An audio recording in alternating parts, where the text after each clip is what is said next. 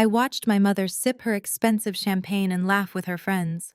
She had just admitted to draining my entire life savings to fund my brother's lavish destination wedding. She looked me dead in the eye and told me my brother had found someone worth celebrating, and my dream of buying a home would just have to wait. I did not scream. I did not cry. I did not throw a drink in her face. Instead, I carefully packed a velvet box with the absolute proof of their financial crimes and had it hand-delivered to my golden child brother. The day he opened that box, he drove his heavy car straight through my parents' solid oak front door. My name is Sloan. I am 33 years old, and for the last 7 years, I have worked as a financial risk analyst at a top corporate firm in Chicago. I assess liabilities, predict market collapses, and calculate the exact moment a bad investment will destroy a company. Yet the greatest financial disaster of my life was not sitting in a corporate boardroom. It was sitting right inside my childhood home, hiding behind my mother's fake pearl necklaces and my father's accounting license. Before I continue this story, let me know where you are watching from in the comments below. Hit like and subscribe if you have ever had to stand up to toxic family members who felt entitled to your hard-earned success.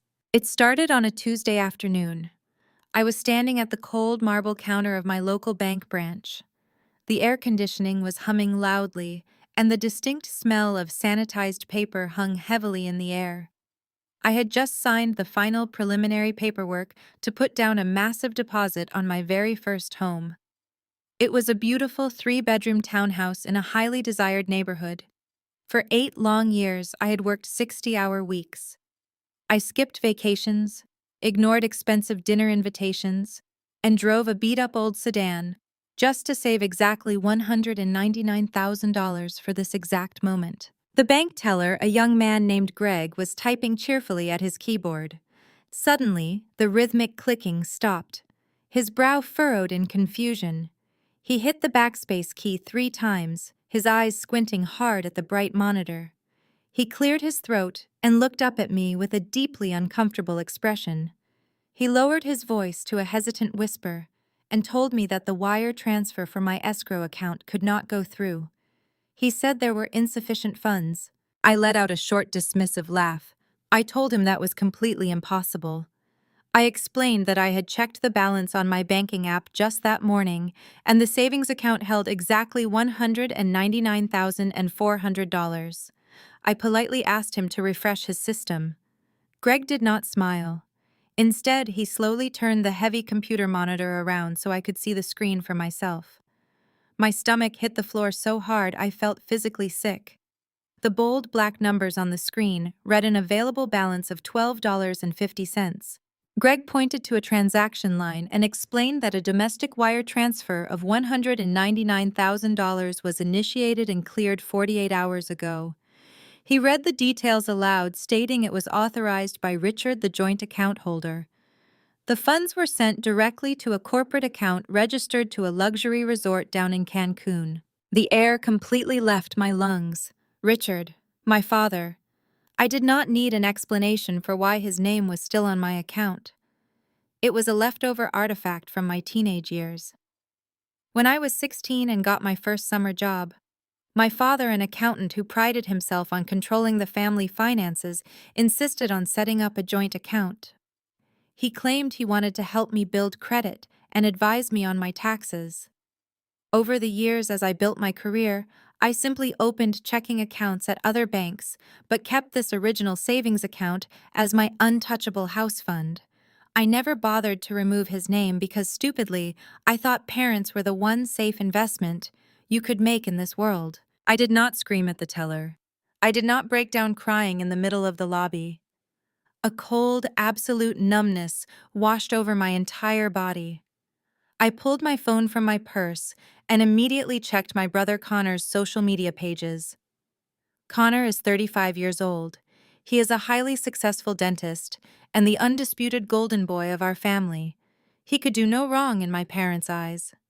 He was recently engaged to Kendra. Kendra is 32 years old, a brilliant black woman working as an art director.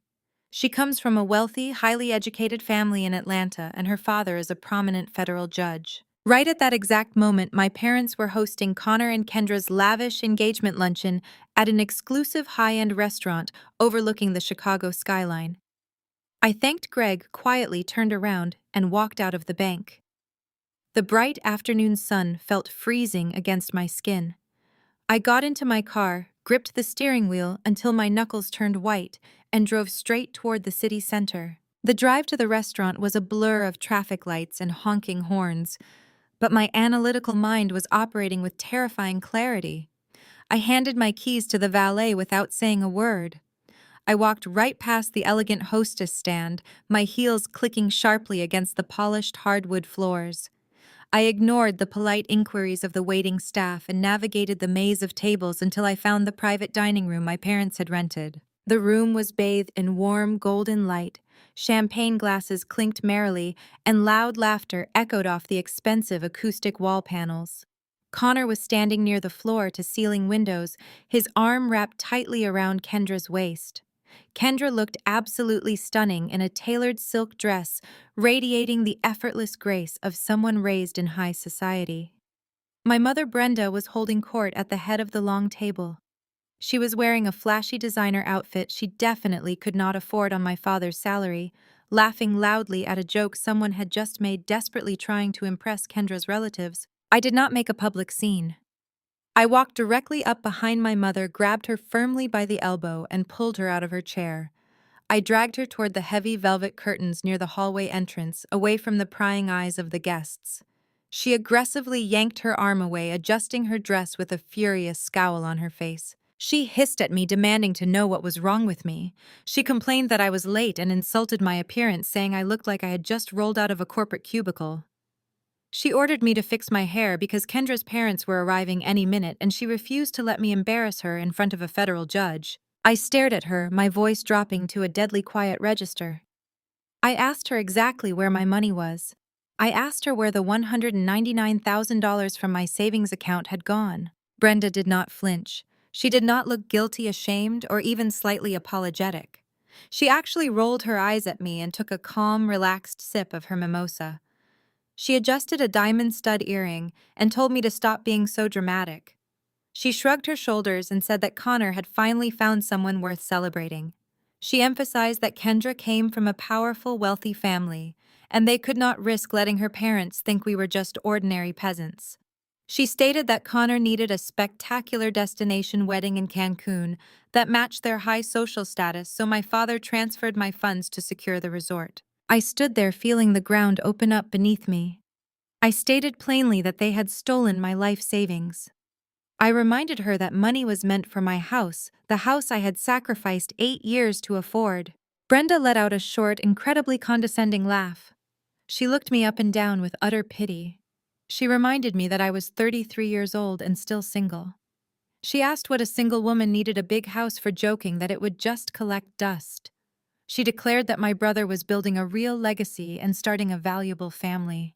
She patted my shoulder and told me my house could wait. Then she ordered me to go to the bathroom, put on some lipstick, and stop ruining the mood. She turned her back on me and walked right back to the party, seamlessly pasting a huge fake smile on her face as she greeted a new guest. She left me standing alone in the shadows of the hallway. I did not argue with her. I did not shed a single tear. I simply looked across the room at my brother. He was smiling blissfully, raising his glass in a toast, completely unaware that his perfect fairy tale wedding was being bought with my stolen future. I turned around, walked out of the restaurant, and began plotting my absolute revenge. The heavy glass doors closed behind me, cutting off my mother's fake laughter. I handed my ticket to the valet, and when he brought my car around, I slid into the driver's seat. I did not speed or blast angry music. I drove back to my apartment with the cold, calculated precision of the risk analyst I was trained to be. My mother's words repeated in my head. "Your house can wait." He found someone worth celebrating. She justified grand larceny with a champagne flute, treating my life savings like a petty cash drawer for her social climbing ambitions. She believed I would swallow this betrayal because I was the quiet daughter. She was wrong. When I unlocked the door to my apartment, the silence was suffocating. I dropped my keys on the counter and walked straight to my home office. I did not even bother turning on the overhead lights. I sat down at my desk, opened my laptop, and bypassed my regular banking applications entirely. If my father had crossed the line into draining my joint savings account, I needed to know the full radius of the blast zone. I knew from years of corporate financial forensics that a thief who has the keys to the front door rarely stops at the entryway. I logged into a comprehensive credit monitoring service to pull my full financial report. For the past 10 years, my credit score had hovered proudly at a flawless 780. I was meticulous with my finances. I paid off my balances weekly. I never carried any debt outside of my small student loans, which I had aggressively cleared 5 years ago. My credit profile was my absolute pride and joy, the foundation I had built my entire independent life upon. The screen loaded. The progress wheel spun for 3 agonizing seconds. When the dashboard finally populated, the number flashed in stark bold red text. 520. Poor. I stopped breathing. I leaned closer to the glowing screen, the blue light reflecting off my eyes. 520. That was not a minor dip from a missed car payment or a late utility bill. That was a catastrophic financial slaughter.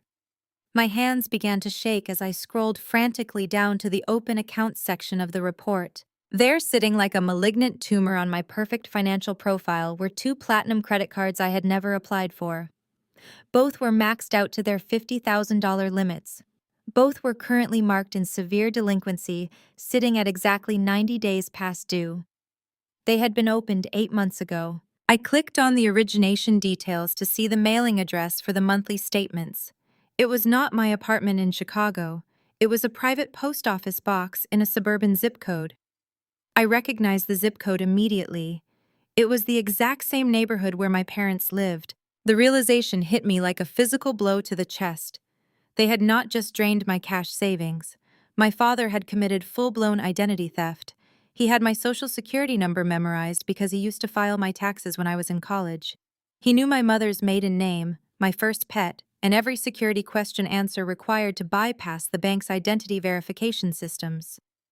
He had used my pristine credit history and forged my signature to take out $100,000 in unsecured debt.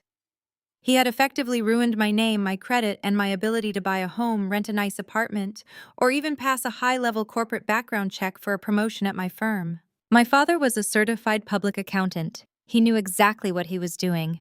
He knew the devastating consequences this would have on my life, and he did it anyway to fund a facade of wealth. My phone buzzed loudly on the wooden desk, startling me. The caller ID flashed brightly in the dim room. It was Richard, my father. I stared at the screen as it vibrated. My parents were likely doing damage control. My mother had probably told him I showed up at the restaurant asking questions, and now he was calling to gaslight me back into submission.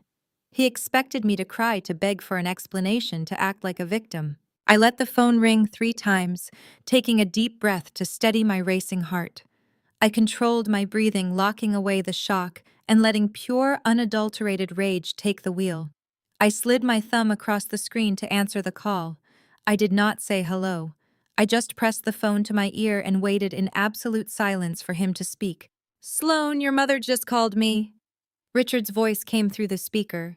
His tone was slick, highly practiced, and utterly unbothered. He sounded exactly like a man negotiating a minor tax discrepancy, not a father who had just stolen his own daughter's future. "She said you stormed into the restaurant and made a ridiculous scene. Now listen to me. I know you are upset about the savings account, but you need to calm down and look at the bigger picture." I kept my voice dead flat. I told him I was looking at a very big picture. I told him I was looking at my credit report. I read the numbers aloud to him. 520. 2 platinum credit cards. $100,000 in fraudulent, unsecured debt. There was a sharp intake of breath on the other end of the line. He had not expected me to check my credit so quickly. But the hesitation only lasted a second before his massive ego took over. He sighed heavily, adopting the condescending tone of a disappointed teacher explaining a simple math problem to a very slow student. Do not throw dramatic legal buzzwords at me, Sloane, Richard barked. I did not steal your identity. I temporarily borrowed your excellent credit profile to float some short-term investments. I am a certified public accountant. I know exactly what I am doing.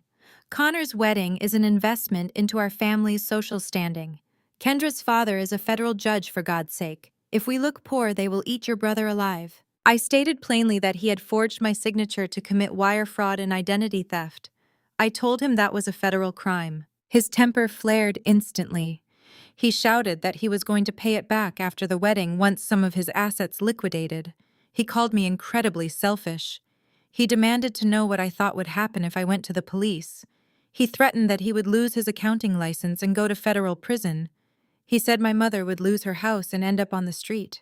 He accused me of being willing to single-handedly destroy our entire family just because I had to wait another year or two to buy a stupid townhouse. He was actively gaslighting me. He had shoved me off a financial cliff and was now blaming me for bleeding all over his expensive shoes. I asked him if Connor knew about the stolen money. Richard snapped at me to leave my brother out of this. He said Connor was finally happy and warned me not to dare ruin this for him. He lowered his voice into a vicious sneer. He swore that if I said one word to anyone, they would cut me off completely. He promised I would have no family left and I would die alone. I did not argue. I simply ended the call. Cut me off. They had already bled me completely dry. They thought my silence was guaranteed because I was a dutiful daughter who desperately feared losing their affection.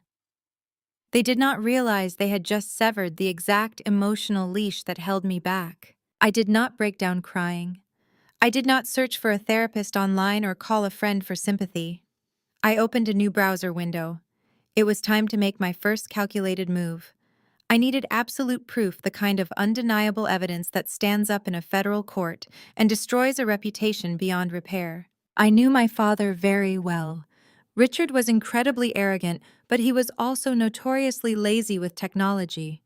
He kept all his primary financial records on an old, heavy desktop computer sitting in the back of my parents' heated garage.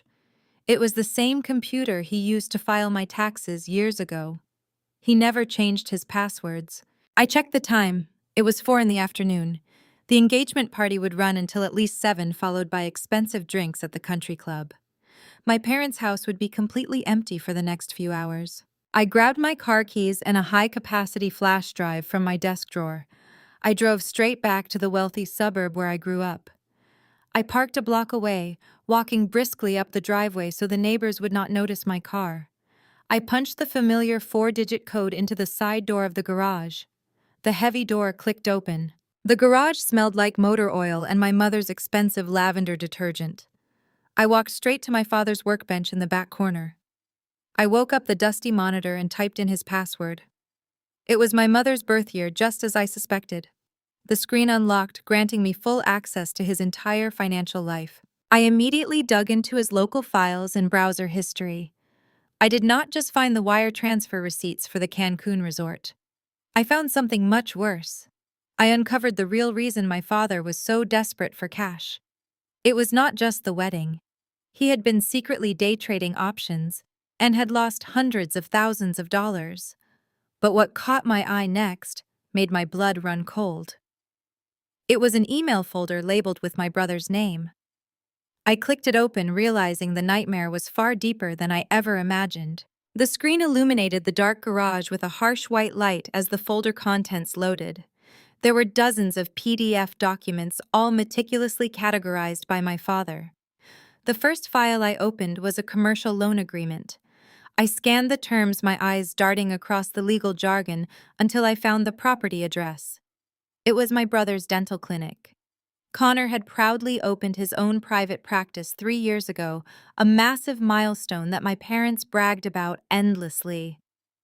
What Connor clearly did not know was that Richard, acting as his trusted financial advisor and power of attorney for business matters, had secretly taken out a massive second mortgage on the commercial property. The loan was for $300,000. According to the repayment schedule, the account was already in default. A notice of intent to foreclose was sitting right there in the digital folder, dated just 2 weeks ago. My father had not just stolen my house fund, he had leveraged my brother's entire livelihood to cover his disastrous day trading losses. Connor was standing at the altar of a $250,000 wedding, completely unaware that his beloved clinic was about to be seized by the bank. My stomach churned, but I kept digging. I opened a subfolder containing iCloud backups from my mother's phone. Brenda was notoriously bad at managing her digital storage, and Richard routinely backed up her device to his hard drive. I clicked on a file containing her saved text message logs with her country club friends. I searched Kendra's name. What I read made me sick to my stomach. My mother had sent a message to her friends just 2 days after Connor announced the engagement. She wrote that the black girl was incredibly haughty, but her father was a federal judge with deep pockets. Brenda detailed her exact plan. She wrote that they just needed to throw a flashy wedding to lock the marriage in, and then she would convince Kendra's wealthy parents to invest in Richard's struggling accounting firm. She viewed my future sister-in-law not as a person, but as a financial bailout package. I pulled out my flash drive and quickly copied every single document. The loan agreements, the foreclosure notices, my forged credit card applications, and the repulsive text messages. I had the absolute proof I needed. I safely ejected the drive, shut down the computer, wiped my fingerprints off the keyboard, and slipped out of the garage, quietly locking the heavy side door behind me. By the time I drove back to my apartment, my phone was vibrating nonstop in the passenger seat. The family gang-up had officially begun. My mother had clearly activated her flying monkeys. The first text was from my Aunt Patty, my mother's younger sister and chief gossip officer of the family. Her message was a masterclass in toxic manipulation. She wrote that I was an absolute disgrace for throwing a tantrum at Connor's engagement party. She accused me of being a bitter spinster who could not stand seeing her own brother happy. She demanded that I apologize to my parents immediately for demanding money from them when they had housed and fed me for 18 years. Aunt Patty was quickly followed by my cousin Greg, who texted to call me a selfish brat. Even my uncle chimed in, leaving a voicemail saying I needed to seek psychiatric help because my jealousy was tearing the family apart. Not a single one of them knew the truth about the stolen $199,000. My parents had spun a brilliant narrative painting me as the unstable daughter, trying to ruin a beautiful family milestone. I sat on my couch reading through the barrage of hateful messages. In the past, this kind of coordinated family attack would have crushed me. I would have drafted a dozen different apologies, crying and begging them to understand my side. I would have doubted my own sanity. But the woman sitting on that couch was no longer the obedient daughter they thought they knew. I did not reply to a single message. I opened the settings on my phone and permanently exited every family group chat. I blocked Aunt Patty. I blocked my cousins. I blocked my uncle. I even blocked my mother and father. I severed the digital ties with absolute surgical precision. My silence was going to be my shield, but the flash drive in my pocket was going to be my sword. They wanted a grand spectacle to show off their fake wealth.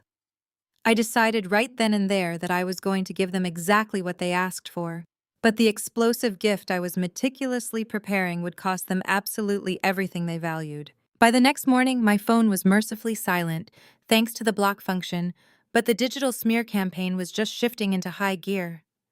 I opened my laptop and created a burner social media account to monitor the fallout. I knew my mother would never let my silent departure go unpunished. She needed a villain to make her own victimhood shine brighter, and Aunt Patty was her chosen executioner. Aunt Patty posted a long, incredibly dramatic status update on her social media page. It did not mention my name explicitly, but in toxic families, the vague posts are always the most lethal. She wrote about how heartbreaking it is when deep-rooted jealousy rots a person from the inside out. She claimed that while the rest of the family was joyously celebrating Connor and his beautiful bride, a certain someone was trying to extort money and ruin the peace. She ended the post with a fake condescending prayer for my mental health. The comments section was an absolute cesspool of family enablers. My cousin Greg wrote that I always had a massive chip on my shoulder. A family friend commented that it was a tragic shame I could not just be happy for my own brother. My mother even replied to the thread, playing the role of the long-suffering, forgiving matriarch.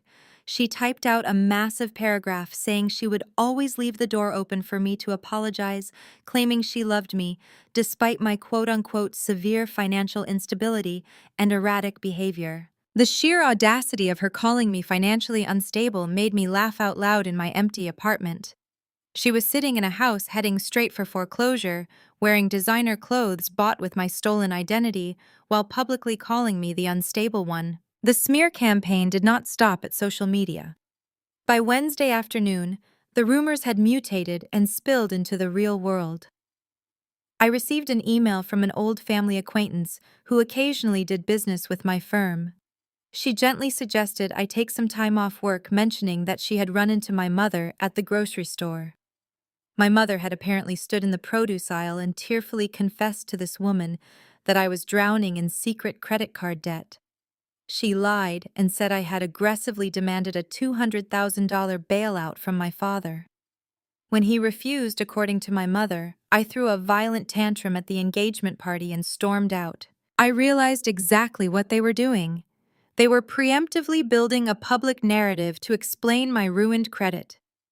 If the unpaid credit cards ever came to light, my parents had already laid the groundwork to convince everyone that the debt was mine. They were setting me up to take the fall for their own federal crimes. Richard was the respected local accountant. I was being painted as the hysterical, jealous spinster daughter who could not manage her money. They figured the country club crowd would believe them over me without a second thought. But the most sickening part of their entire campaign was how they used Kendra. Through my burner account, I saw a new batch of photos my mother posted from a luxury bridal boutique. Brenda and Aunt Patty had taken Kendra out for a dress fitting. The photos showed them sipping expensive champagne, beaming widely at the camera. The caption read, "Treating my beautiful new daughter to the luxury she truly deserves." My mother was playing the perfect, welcoming mother-in-law, showering Kendra with physical affection and fake promises of a glorious future. I looked closely at Kendra's smiling face in the photograph. She looked genuinely happy and completely unaware that she was walking blindly into a financial slaughterhouse. She did not know that the champagne they were drinking was likely paid for by my stolen funds. She did not know that the woman hugging her so tightly had referred to her as a haughty bailout package just days prior. I took high-resolution screenshots of every single post, every nasty comment, and the email from the family acquaintance. I saved them all into a new encrypted digital folder on my desktop, labeled the Smear Campaign. In the corporate risk management world, we have a very strict rule. Never interrupt an enemy when they are making a massive mistake. Every lie they told, every public statement they made about my financial status was legally actionable. They were openly committing defamation to cover up their wire fraud. I did not feel sad or betrayed anymore. I felt the cold, sharp thrill of a predator watching its prey walk directly into a trap. They wanted to play a public game of reputation destruction. I was going to let them dig their graves as deep as possible before I buried them in the undeniable truth. I spent the entire weekend organizing the digital evidence I had pulled from my father's garage computer. I sat at my kitchen island surrounded by printed copies of loan documents, fake credit card applications, and the repulsive text messages my mother had sent. I was treating this like a hostile corporate takeover. I needed to map out exactly how much damage Richard had done to both me and Connor before I dropped the bomb. I started by tracing the exact path of the stolen $199,000. Richard had not sent the money directly to the Cancun resort. He was too much of an accountant to leave such an obvious paper trail. Instead, he had wired the funds from my savings account into a newly created limited liability company registered under his name. From there, he split the money. He sent $60,000 to the Grand Azure Resort to pay for the lavish destination wedding package in full.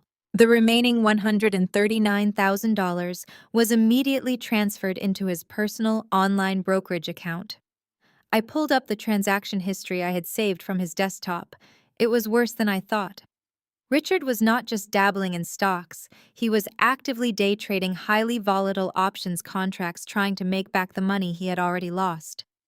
Over the past 3 months, he had completely wiped out the rest of my savings on terrible bets against the technology sector. He had essentially set my house fund on fire in a desperate attempt to cover his tracks. When my money ran out, he turned to Connor. I carefully reviewed the commercial loan agreement for my brother's dental clinic. Connor had granted Richard power of attorney a few years ago to handle all the clinic's tax filings and payroll. My father had violently abused that trust. He had used the power of attorney to take out a $300,000 second mortgage on the clinic's physical building. The money from that loan went straight into the same brokerage account and disappeared into more failed options trades. Richard was actively drowning in debt, yet he and my mother were still parading around town, acting like wealthy socialites. They were perfectly willing to let Connor lose his business and let me lose my home just so they could keep up appearances and impress Kendra's family. I looked at the foreclosure notice my father had hidden in his digital files. The bank had already issued a final warning. Connor's dental clinic was scheduled to be seized by the lender in exactly 45 days if the delinquent payments were not made. My brother was entirely oblivious. He was probably picking out tuxedo colors and tasting cake samples right now, completely unaware that his beloved practice was about to be locked up by a bank auditor. I had to tell him, but I could not just call him on the phone or send him a text message. Connor was deeply enmeshed in the family dynamic. He was the golden child, and he had spent his entire life believing my parents were flawless saints. If I simply told him the truth, my parents would easily convince him that I was lying. They would say the documents were forged, or that I was just trying to ruin his wedding out of spite. I needed to present the evidence in a way that left absolutely no room for denial or manipulation. I needed to force him to see the truth with his own 2 eyes, and I needed Kendra to see it too. Kendra was the absolute wild card in all of this. She was incredibly intelligent, fiercely protective, and completely independent from my family's toxic conditioning. I knew that if Kendra saw the financial documents and the racist text messages, she would never let my mother manipulate the narrative. She would burn the entire facade to the ground. I went into my home office and pulled out an elegant black velvet box I had received years ago as a corporate gift. It was perfectly sized to hold a stack of standard printer paper. I began to assemble the nightmare package. First, I printed out the bank statements showing the unauthorized wire transfer from my savings account, alongside the fake credit card applications bearing my forged signature. I placed those at the bottom of the box. Next, I printed the commercial loan agreement for the dental clinic, highlighting the forged power of attorney signature and the $300,000 loan amount. I placed the official bank foreclosure notice right on top of it, ensuring the 45-day deadline was impossible to miss. Finally, I printed high-resolution full-color screenshots of the text messages my mother had sent to her country club friends. I made sure her phone number and profile picture were clearly visible next to the messages calling Kendra a haughty bailout package. I laid those pages neatly at the very top. I closed the velvet box and tied it shut with a thick black ribbon. I did not include a letter. I did not include a note of explanation. The documents spoke entirely for themselves. The wedding was just 6 weeks away. The family was currently swept up in the final preparations, buzzing with excitement over dress fittings and catering menus. I placed the box on my kitchen counter and stared at it. I was about to drop a nuclear bomb on the golden child's perfect life. I stood in my kitchen, the black velvet box sitting heavy on the marble counter. Before I initiated the launch sequence on that bomb, I needed to be absolutely certain there were no legal or narrative loopholes my parents could exploit. As a risk analyst, I know that possessing evidence is only half the battle. You have to anticipate the defense strategy. I opened my laptop again to review the digital copies of the financial forensics. I needed to memorize the exact timeline of my father's ruin, so that when federal investigators eventually asked questions, my answers would be flawless. I pulled up the detailed transaction logs from Richard's online brokerage account. I wanted to see exactly how a certified public accountant manages to incinerate hundreds of thousands of dollars in a matter of weeks. The records showed he was not making standard long-term investments. He was trading naked call options, placing massive, highly leveraged bets against the technology sector. It is one of the most reckless financial strategies a person can attempt. When the market surged, instead of dropping, his broker issued a massive margin call. He had exactly 24 hours to deposit cash to cover his catastrophic losses or face immediate asset liquidation. That margin call perfectly aligned with the exact date he drained my $199,000 house fund. He did not take my money to secure a luxury resort in Cancun. That was a convenient lie he fed my mother to justify the missing funds. He took my money to save his own skin from the brokerage firm.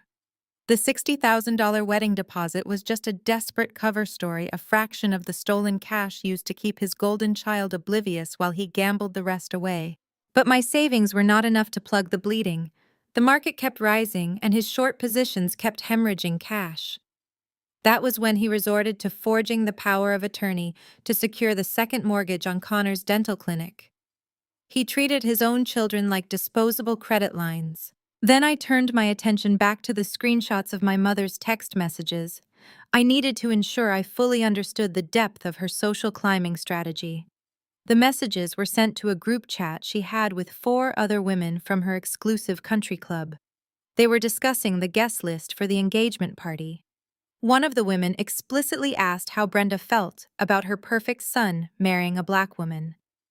My mother's response was a sickening masterclass in covert racism and financial predation. She replied that it was certainly not her first choice for the family aesthetic, but Kendra was a necessary means to a much larger end. She explicitly instructed her friends to be overly complimentary to Kendra's father, Judge Miller, at the upcoming engagement party. She wrote a detailed paragraph explaining that the judge had powerful connections with wealthy local real estate developers. Brenda bragged that once the marriage certificate was officially signed, she was going to use Kendra as emotional leverage to force the judge to inject capital into Richard's failing accounting firm. Reading the words on a larger screen made the betrayal feel even more visceral. My mother was completely commodifying this brilliant, accomplished young woman. She was planning to hold Kendra hostage in a toxic marriage, just to secure a financial bailout for a husband who was already bankrupting the family in secret. My parents were operating a literal Ponzi scheme, and Connor's wedding was the grand finale, meant to trap a new set of wealthy victims. I closed my laptop. My heart rate was slow and steady. There was no hesitation left in my body. The public smear campaign my Aunt Patty and my mother were currently running against me online was entirely based on the false premise that I was crazy and financially irresponsible. They were banking on my continued silence. They were relying on the old family dynamic where I would eventually absorb the abuse, apologize for causing a scene, and sweep their massive crimes under the rug just to keep the peace. I walked over to the velvet box and ran my fingers over the thick black ribbon.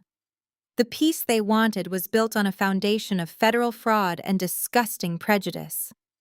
I grabbed my car keys, picked up the heavy box, and tucked it under my arm. I was not going to wait until the wedding day to ruin their lives.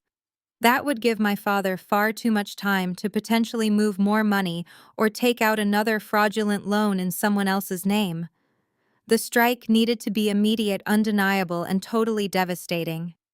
I walked out of my apartment, locked the door, and headed straight for the post office. I drove toward the main post office downtown, the black velvet box resting on the passenger seat like a loaded weapon.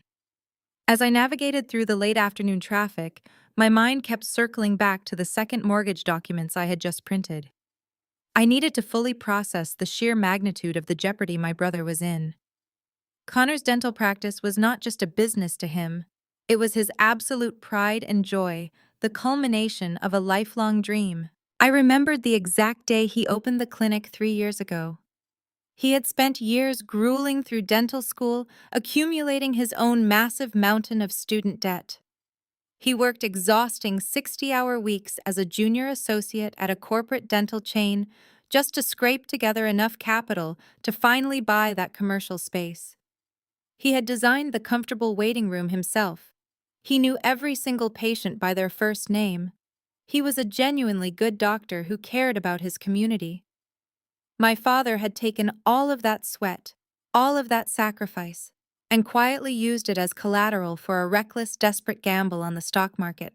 The foreclosure notice stated the bank would seize the commercial property in exactly 45 days. But my corporate risk background told me the reality of a commercial foreclosure is much more brutal and immediate. Once a notice of default becomes public record, a catastrophic chain reaction begins. Connor's specialized medical equipment lenders would immediately panic and call in their loans. His dental hygienists and reception staff would realize their paychecks were going to bounce, and they would quit. The clinic would not just slowly close its doors, it would completely implode overnight.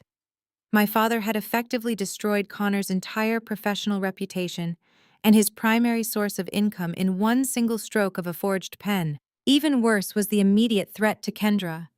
If Connor married her in 6 weeks without knowing about this massive hidden liability, he would be bringing hundreds of thousands of dollars of undisclosed toxic debt into their marriage. He would be legally tying her pristine financial record and her family's wealthy status to his rapidly sinking ship. That was my mother's ultimate sickening plan. She fully intended to use Kendra's family wealth to secretly bail out the dental clinic and the accounting firm before the bank's foreclosure ever went public. They were using a wedding to trap a hostage. I parked my car in front of the post office and carried the box inside. The sterile, brightly lit environment matched my cold, calculating mood. I walked straight up to the counter and requested certified mail with restricted delivery. I needed an absolute, undeniable paper trail that proved Connor received the package directly into his own hands with a signature required. The postal worker asked for the destination address. I did not give him Connor's luxury apartment. I gave him the exact address of the dental clinic. I chose the clinic for a very specific strategic reason. Kendra worked remotely as an art director on Thursdays, and she often spent her Thursday afternoons sitting in Connor's private back office while he finished up with his final patients. Delivering the box there guaranteed they would open it together far away from my mother's immediate interference and her desperate ability to spin lies. I paid for the expedited tracked shipping and carefully folded the receipt into my wallet. The tracking number was printed in bold black ink. The postal worker tossed the box into a canvas bin, and the countdown officially began. As I walked back to my car, I checked my phone. The digital blockade I had set up against my family was holding perfectly, but I needed to ensure my parents felt completely victorious and secure over the next 24 hours while the package was in transit.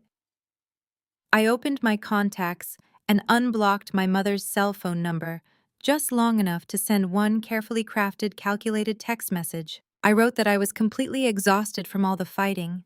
I told her that I would stop asking about the missing money, that I accepted her explanation, and that I just needed some permanent space and would not be attending the wedding. It was a tactical retreat, a completely fake surrender. I hit send and immediately blocked her number again before she could even type a reply. By playing the defeated, estranged, and broken daughter, I gave them exactly what they wanted. I gave them a sweeping rug to hide their massive crimes under. My mother would undoubtedly show that text message to Richard immediately, and they would both breathe a massive sigh of relief.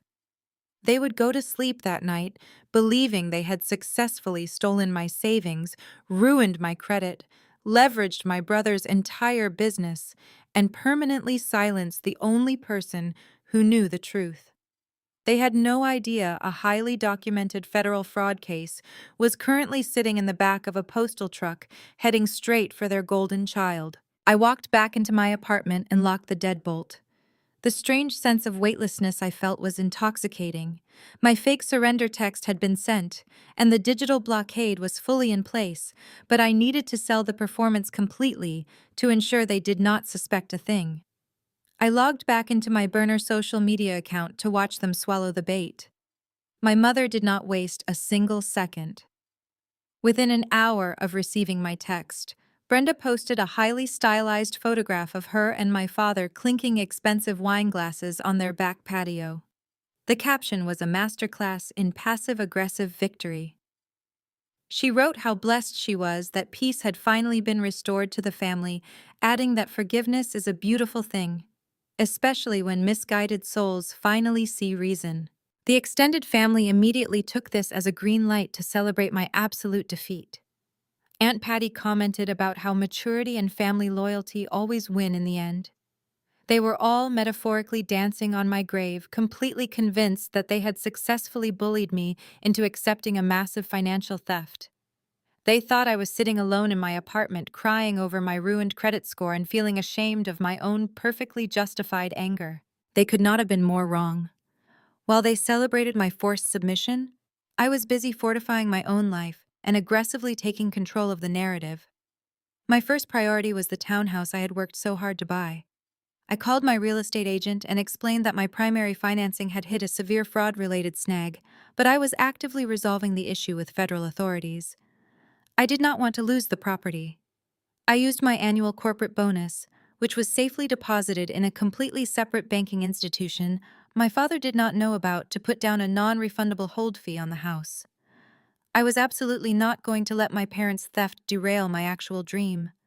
I secured my future with my own independent money. Next, I initiated the official legal countermeasures. Having the documents was great for a family confrontation, but I needed the federal government to back me up. I contacted the fraud departments of the two companies where my father had opened the platinum credit cards. I officially filed the identity theft affidavits. I submitted the police report I had quietly filed online the night before. I handed over the IP addresses from my father's garage computer and provided the exact mailing address of the private post office box my parents used to intercept the statements. The fraud investigator assigned to my case was a sharp woman who immediately recognized the severity of the situation. I told her I had undeniable documented proof of the perpetrator and would be submitting a massive digital dossier by the end of the week. She placed a hard freeze on my social security number, ensuring my father could not open any more surprise accounts while he waited for the wedding. With the legal tripwires officially set, the agonizing waiting game began. The velvet box was scheduled to arrive at the dental clinic on Thursday afternoon. It was currently Monday evening. I had 3 full days of absolute silence ahead of me, 3 days of watching my family post oblivious wedding countdowns online. On Tuesday morning, Connor posted a photograph of his final tuxedo fitting. He looked incredibly handsome and ridiculously proud standing in front of a 3-way mirror. He tagged our father in the post, calling Richard his best man and his financial rock. The irony of that statement was so thick it was genuinely suffocating. Connor had no idea his financial rock had secretly tied an anvil around his neck and thrown him into the ocean. Kendra commented on the photo a few minutes later, saying she could not wait to officially join this perfect, loving family. Reading Kendra's comment sent a brief, sharp pang of guilt through my chest. I knew the collateral damage she was about to endure would be devastating. Finding out your future in-laws are manipulative fraudsters just weeks before your wedding is a nightmare scenario. But I also knew I was saving her from a lifetime of financial abuse and emotional manipulation. Kendra was incredibly smart and fiercely independent. She would understand exactly why I had to do this once the smoke cleared. I closed my laptop and poured myself a single glass of expensive bourbon. I sat by my living room window sipping the dark amber liquid and watched the Chicago skyline glow against the night sky. The crushing silence in my apartment no longer felt lonely or isolating. It felt powerful. It was the deep, unsettling calm before a catastrophic storm, and I held the detonator right in the palm of my hand. I finished my bourbon and set the empty glass on the windowsill. The physical velvet box was already making its way through the postal system, destined to land on my brother's desk by Thursday afternoon. But as I watched the city lights flicker against the night sky, my corporate training kicked back in. A physical box was just the opening salvo. It was a localized blast meant for Connor and Kendra. I knew my parents better than anyone. When backed into a corner, Richard would instinctively lie, and Brenda would instantly deflect. If Connor confronted them privately with paper documents, my parents might still find a twisted way to manipulate him. They would cry fake a medical emergency and swear I was trying to frame them with fabricated papers. I could not allow that to happen. I needed a secondary weapon. I needed a digital arsenal so massive and undeniable that their web of lies would collapse instantly under its own weight. I walked back to my home office, opened my laptop, and began compiling the ultimate kill switch. I created a secure encrypted cloud storage drive. I titled it The Financial Truth. My first task was the bank statements. I uploaded the official records showing my pristine savings account being drained of $199,000. I used a digital red marker tool to highlight the exact timestamp of the wire transfer. Right next to it, I uploaded the forged Platinum credit card applications. I placed a scanned copy of my actual signature from my driver's license side by side with the clumsy forgery my father had scribbled on the debt forms. It was indisputable visual proof of federal identity theft. Next, I moved on to the commercial loan documents. This was the ammunition meant specifically to obliterate my father's credibility as a trusted accountant. I uploaded the $300,000 second mortgage agreement tied to Connor's dental clinic. I created a split-screen presentation. On the left side, I displayed the bank loan payout dates. On the right side, I displayed the transaction logs from my father's online brokerage account. It showed a perfect, sickening timeline. The exact day the bank funded the second mortgage on Connor's clinic, my father transferred that exact same dollar amount into his trading account and lost it all on terrible stock market bets, just 48 hours later.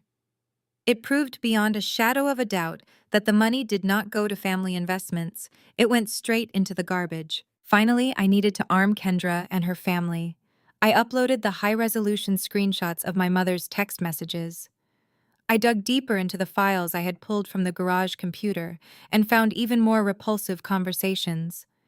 Brenda had sent messages to her country club friends openly mocking Kendra's father, the federal judge. She called him a gullible ATM machine and explicitly outlined her plan to trap Kendra in the marriage, ensuring the judge's wealth would flow into Richard's bankrupt accounting firm to save their social status.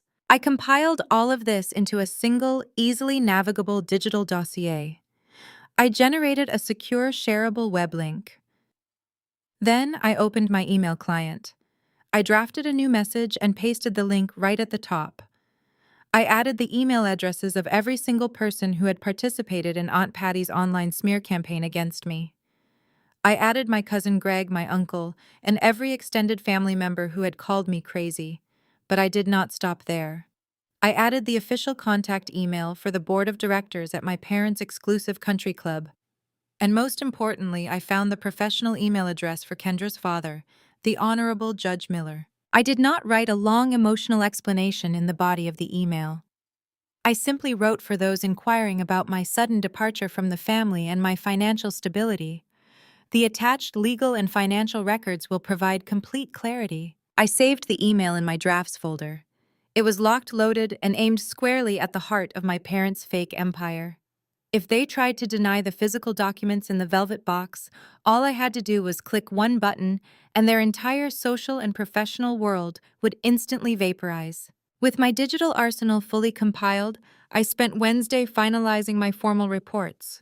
I organized a separate, highly secure file drop for the FBI wire fraud division and the local police detectives assigned to my identity theft case.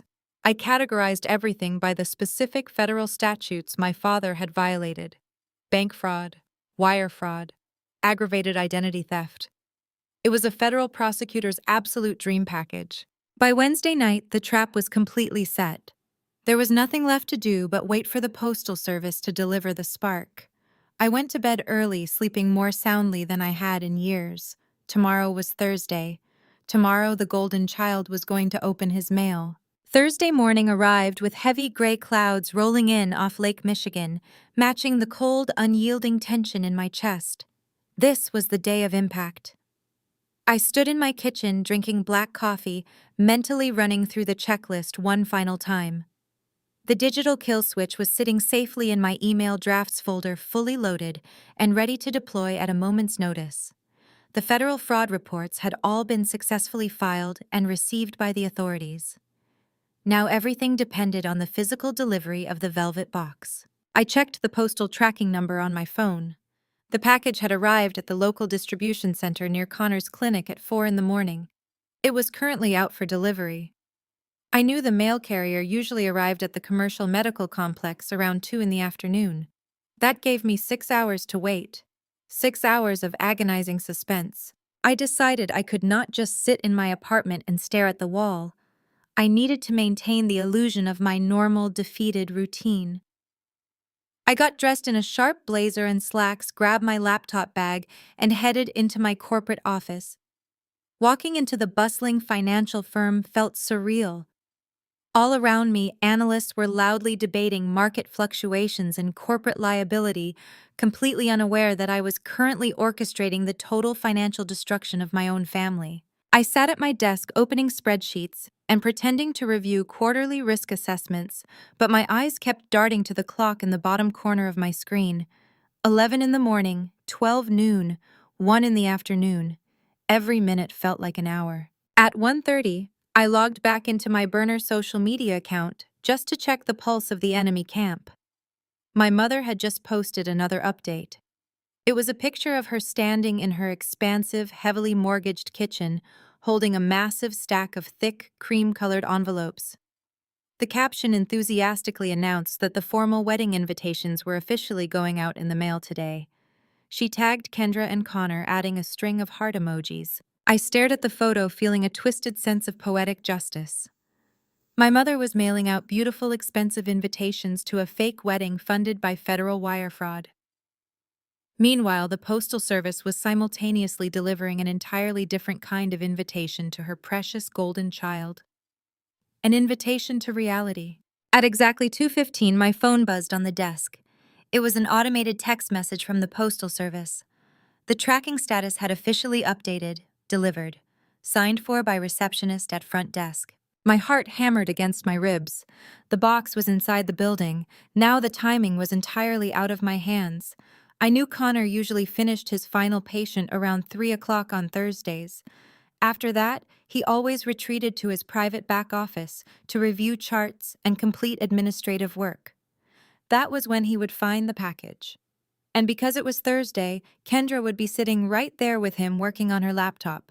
I packed up my things, told my manager I was taking the rest of the afternoon off due to a sudden migraine, and practically sprinted to the elevator. I needed to be in a secure location when the fallout hit. I needed silence and absolute focus. I drove straight back to my apartment. I threw my keys on the counter, poured myself a glass of cold water, and set my phone directly in the center of the kitchen island. I did not sit down. I paced back and forth across the hardwood floor. 2:45, 3 o'clock, 3:15. The silence in my apartment was deafening. I started to second-guess myself. What if the receptionist simply put the box in a supply closet and forgot about it? What if Connor decided to leave early today?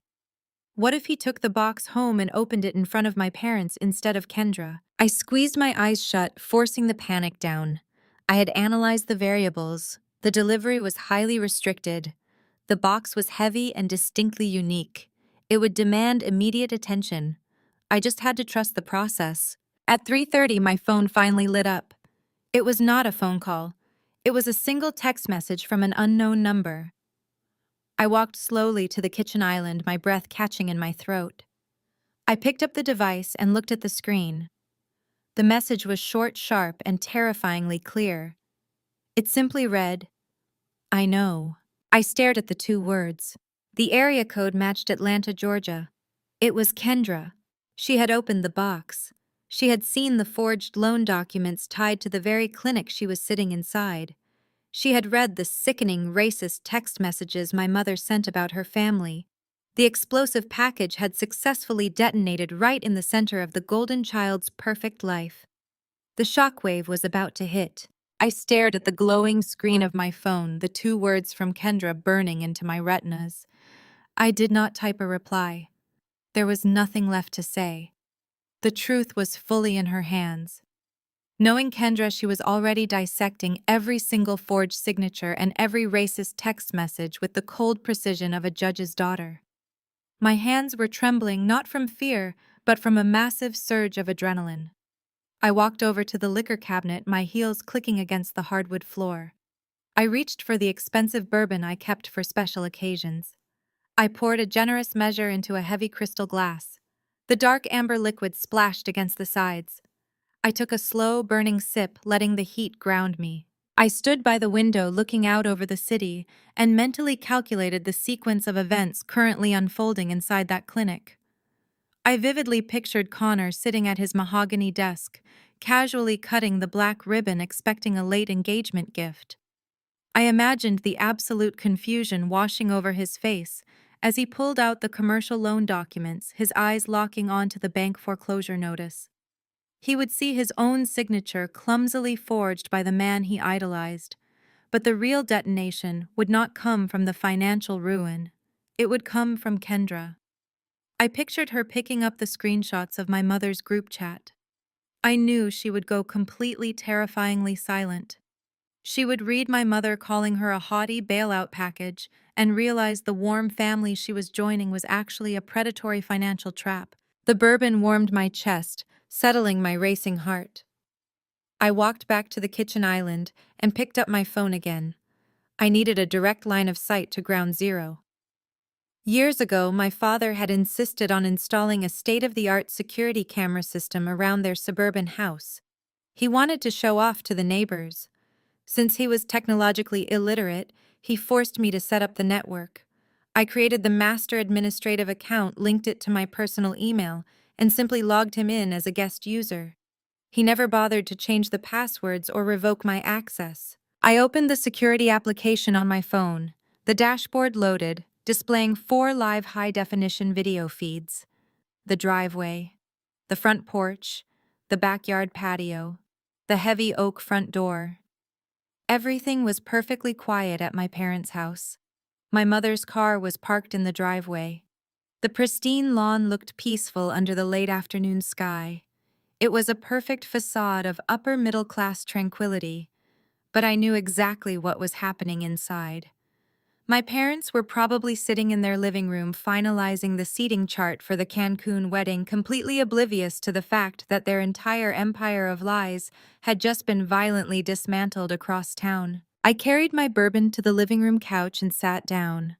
I kept the screen awake, the 4 camera feeds glowing brightly in the dimming light of my apartment. The waiting game was excruciating. Would Connor call them first? Would he demand an explanation over the phone? Or would his rage demand a physical confrontation? I knew my brother. He was the golden child. He had never been betrayed by our parents. He had never tasted their cruelty. The shock of this betrayal would not manifest as sadness. It would manifest as explosive, uncontrollable anger. He would want to look them in the eye when he demanded his life back. 45 minutes passed. The ice in my glass melted completely. The shadows in my apartment grew longer as the sun began to set over the Chicago skyline. I did not move. I did not blink. I kept my eyes completely locked on the digital feeds. At exactly 4:20 in the afternoon, a sharp, piercing chime echoed through my quiet living room. It was the push notification from the security application. Motion detected at the front driveway. I lunged forward and grabbed the phone. I expanded the driveway camera feed to full screen. A massive black luxury sport utility vehicle came tearing around the corner of the suburban street, moving at a dangerously high speed. It did not slow down as it approached my parents' house. It hopped the curb, the heavy tires tearing up a massive chunk of my mother's perfectly manicured front lawn, and slammed to a violent halt right in front of the porch steps. The driver's side door flew open. It was Connor. His face was flushed red with absolute fury, and his fists were clenched so tightly his knuckles were completely white. The shockwave had officially arrived. To understand the sheer magnitude of the explosion currently unfolding on my security camera feed, you have to know exactly what happened 45 minutes earlier inside Connor's dental clinic.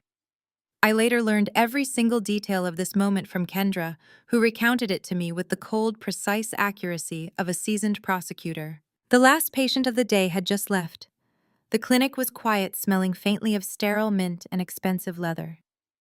Connor was in his private back office, loosening his designer tie and feeling like the absolute king of the world. He was 35, running a highly successful practice, and weeks away from marrying the woman of his dreams.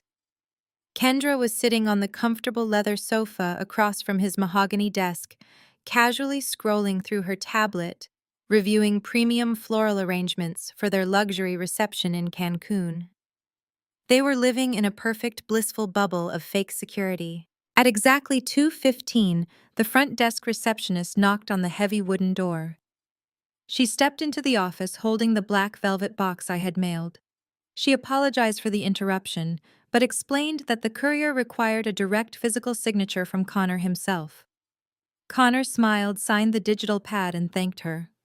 He brought the heavy box back to his desk, joking with Kendra that it must be an incredibly expensive early wedding gift from one of his wealthy cosmetic dentistry clients. He slid his thumb under the thick black ribbon and untied it. He lifted the lid. There was no greeting card. There was no congratulatory note. There was only a thick stack of tightly bound, legally binding paper. Connor picked up the first few pages. They were the Chase Bank statements showing the $199,000 wire transfer paired with the forged platinum credit card applications. Kendra watched from the sofa as her fiancé's confident smile slowly melted into a mask of complete confusion. He recognized my name and my father's name on the documents. He muttered aloud, wondering why on earth someone had anonymously mailed him his sister's stolen bank records. Then he dug deeper into the box. He pulled out the commercial loan agreement. Kendra said the entire atmosphere in the room shifted instantly. The temperature seemed to drop 10 degrees. Connor's eyes locked onto the property address listed on the loan. It was the exact address of the building they were currently sitting inside. He saw the $300,000 loan amount. He saw the power of attorney document attached to the back bearing a clumsy, jagged forgery of his own signature. His breathing turned shallow and rapid. He frantically flipped to the next page and found the official bank notice of intent to foreclose. 45 days.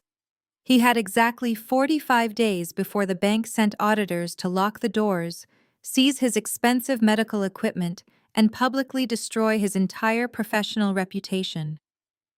His father, the man he had idolized and trusted with his entire financial life, had secretly used his life's work as poker chips to cover a gambling addiction. Connor dropped the papers onto the desk as if they were physically burning his hands.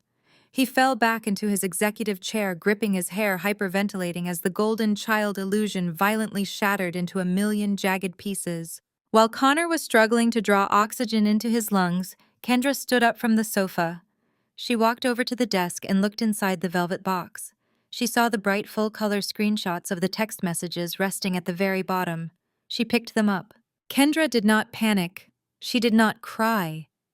She is the daughter of a federal judge, raised in a family that operates on hard facts, strict boundaries, and swift justice. She stood perfectly still in the quiet office and read my mother's words. She read herself being described as a haughty bailout package.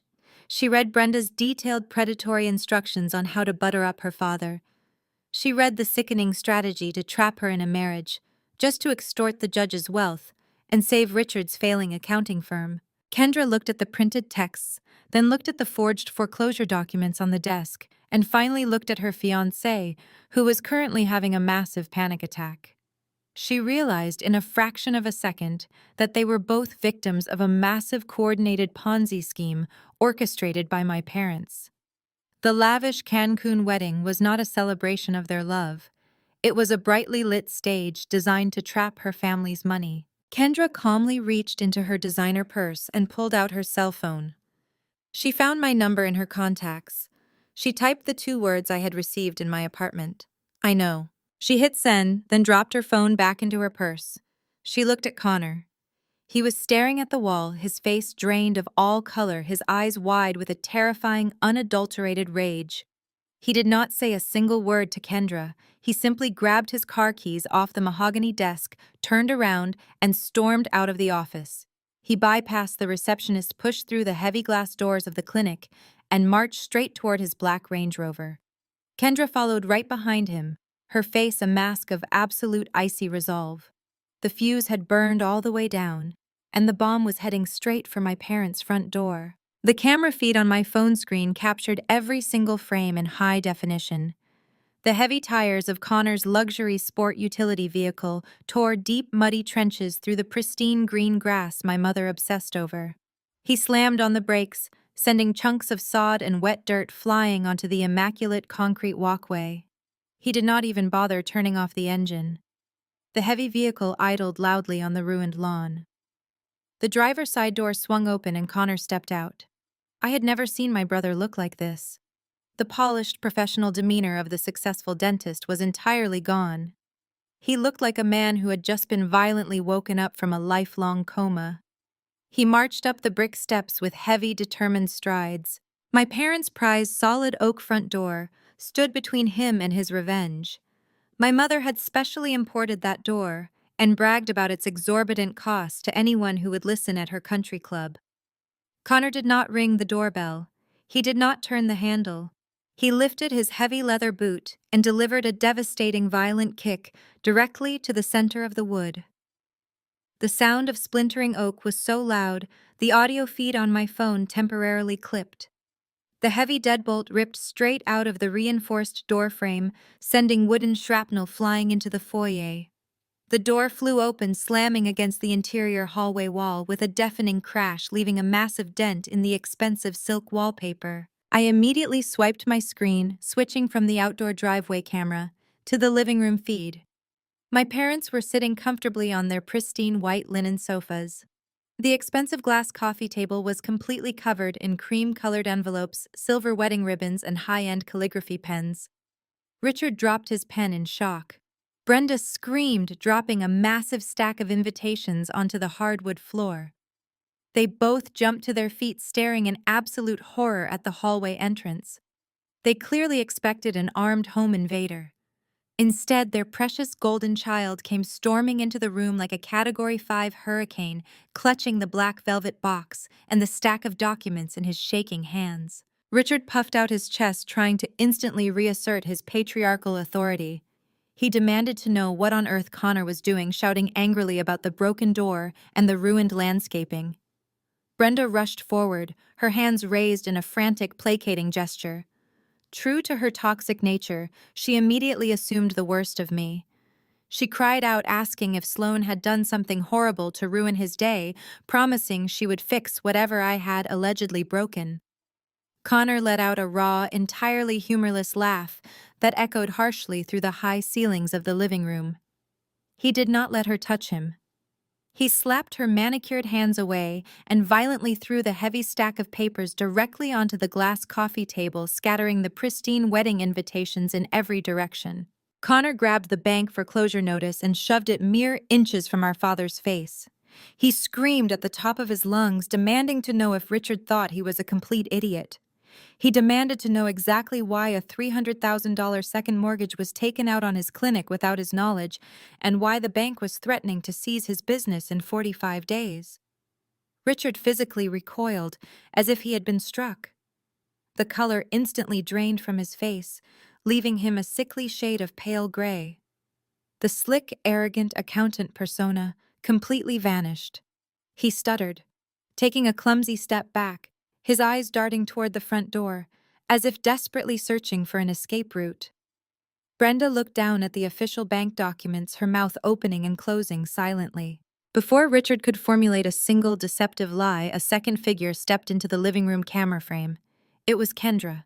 She walked through the splintered doorway with the calm, measured posture of an executioner stepping up to the block. She was not screaming. She was not crying. Her presence alone sucked all the remaining oxygen out of the room. She held the high-resolution screenshots of my mother's text messages tightly in her right hand.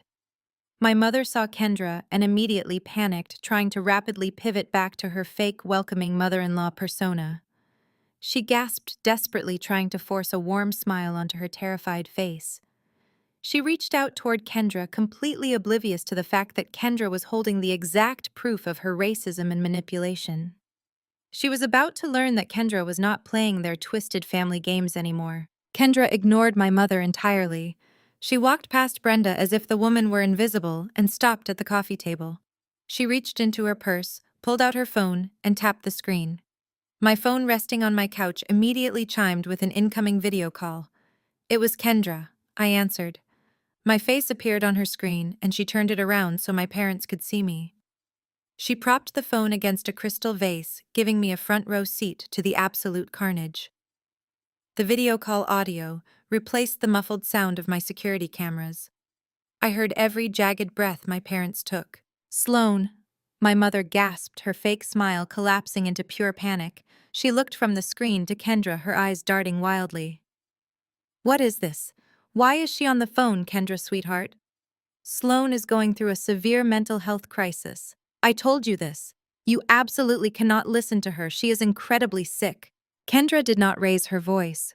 She spoke with the chilling, authoritative cadence of a seasoned attorney delivering an opening statement. "Brenda, I strongly suggest you stop talking. Every single word that comes out of your mouth right now is only making your situation infinitely worse." Kendra dropped the high-resolution screenshots directly onto the scattered wedding invitations. She pointed a perfectly manicured finger at the top page. "I read your private group chat. I read your detailed predatory plan to use my father as a walking cash machine to save your bankrupt husband. I read exactly what you think of my race and my family." Brenda let out a high-pitched gasp. Her hands flew to her mouth and she stumbled backward, hitting the edge of the white linen sofa. She desperately tried to stammer out a defense, claiming the messages were entirely fabricated, screaming that I must have altered them out of pure jealousy to ruin Connor's special day. Connor spun around, his eyes blazing with a violent fury I had never witnessed before. "Shut up!" he roared, his voice shaking the expensive crystal chandelier above them. "Do not say another word about Sloan. This is not about her. This is about you. You and Dad."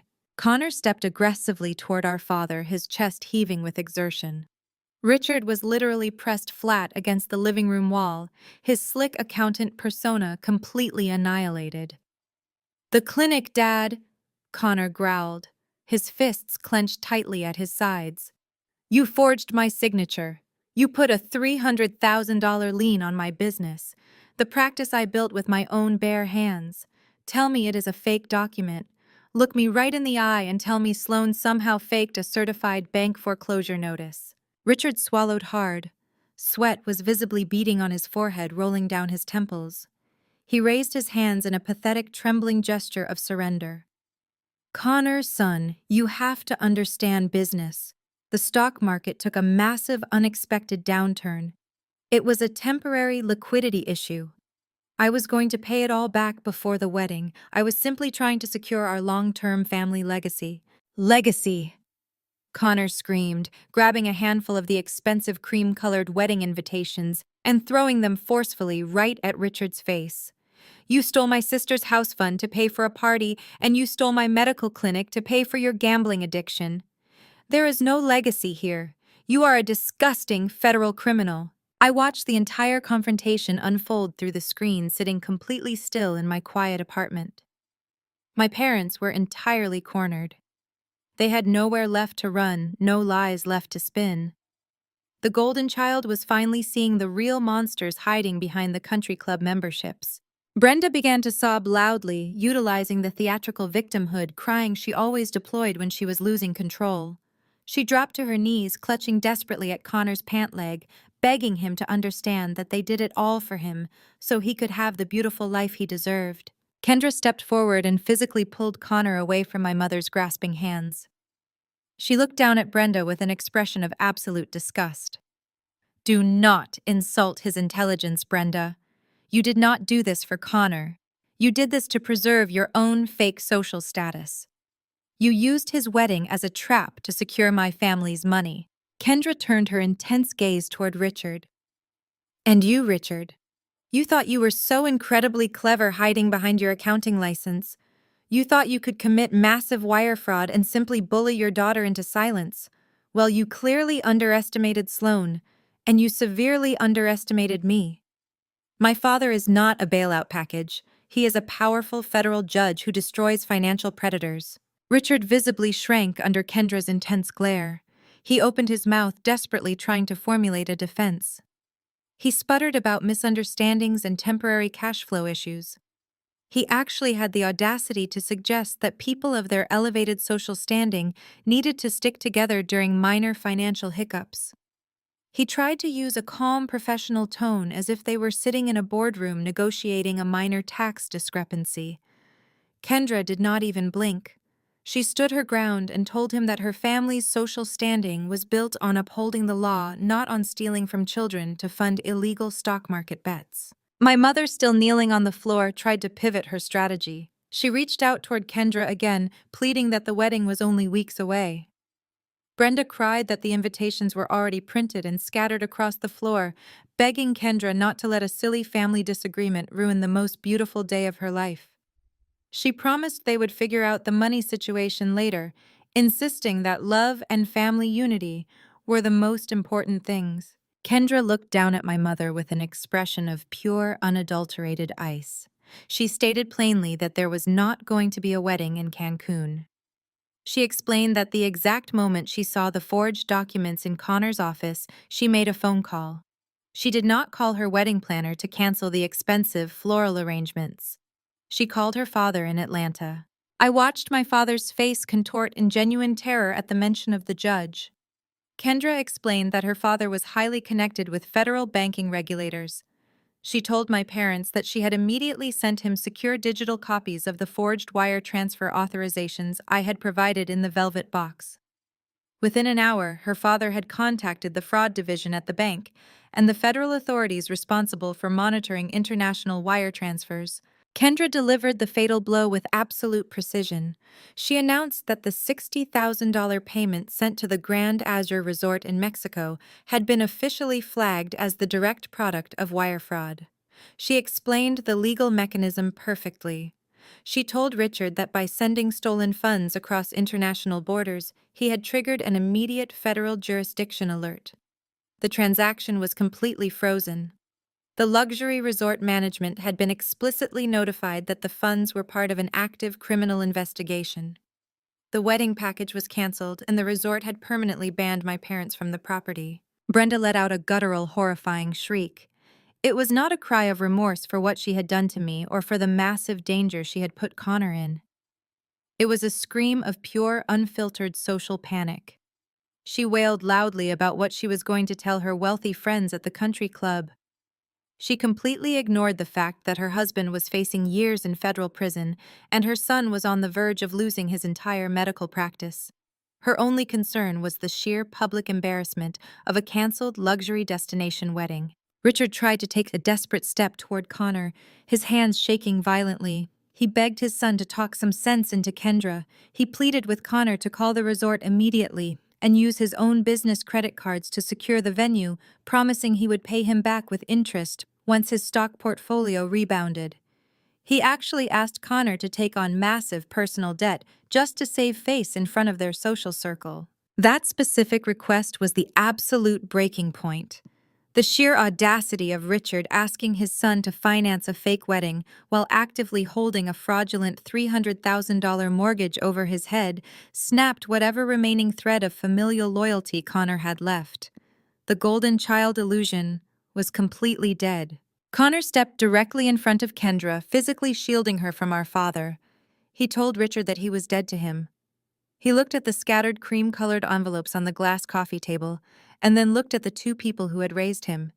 He realized that every single thing they had ever given him, every vacation, every gift, every word of praise was deeply tainted with lies, theft, and manipulation. I sat in my quiet apartment, watching the video feed with a sense of profound awe. Connor looked down at his own wrist, staring at the heavy silver watch ticking away in the silent room. It was the expensive engagement gift my parents had given him just a few weeks prior to celebrate the upcoming marriage.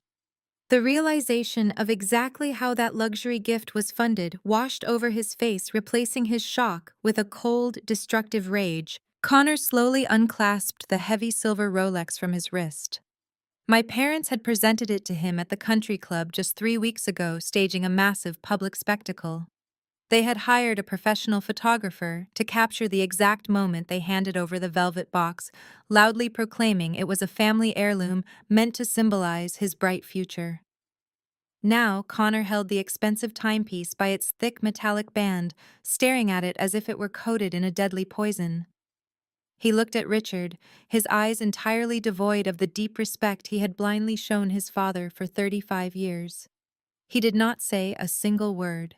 He simply dropped the watch onto the polished hardwood floor and raised his heavy leather boot. With one brutal, calculated stomp, Connor drove his heel directly into the crystal face of the Rolex. The sickening crunch of shattering glass and snapping gears echoed through the quiet living room.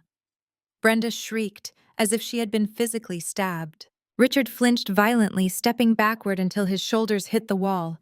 The ultimate symbol of their fake wealth, bought with my stolen life savings, was now just a pile of useless metallic garbage scattered across their pristine floor. Connor stepped over the broken watch and looked dead into our father's terrified eyes. He told Richard that he was going to contact the bank the second they opened tomorrow morning. He promised to hand over every single piece of evidence regarding the forged power of attorney. He vowed to testify against his own father in a federal court to save his dental clinic. Richard started to cry, pathetic tears streaming down his face, begging Connor not to destroy their prestigious family name. Connor laughed, a harsh scraping sound. He told Richard that the family name was already completely worthless. He turned to our mother, who was still kneeling on the floor, clutching the ruined wedding invitations to her chest. He told Brenda that she would never see him again. He stated clearly that he and Kendra were leaving, that they would get married in a quiet courthouse without her, and that she would never meet any of her future grandchildren. Brenda began to wail uncontrollably, screaming his name, but Connor did not even blink. He reached out and took Kendra's hand. Kendra looked at the screen of her phone, where I was still watching silently, and gave me a single deeply respectful nod. She ended the video call. My phone screen went dark, but I immediately pulled up the live security camera feeds again.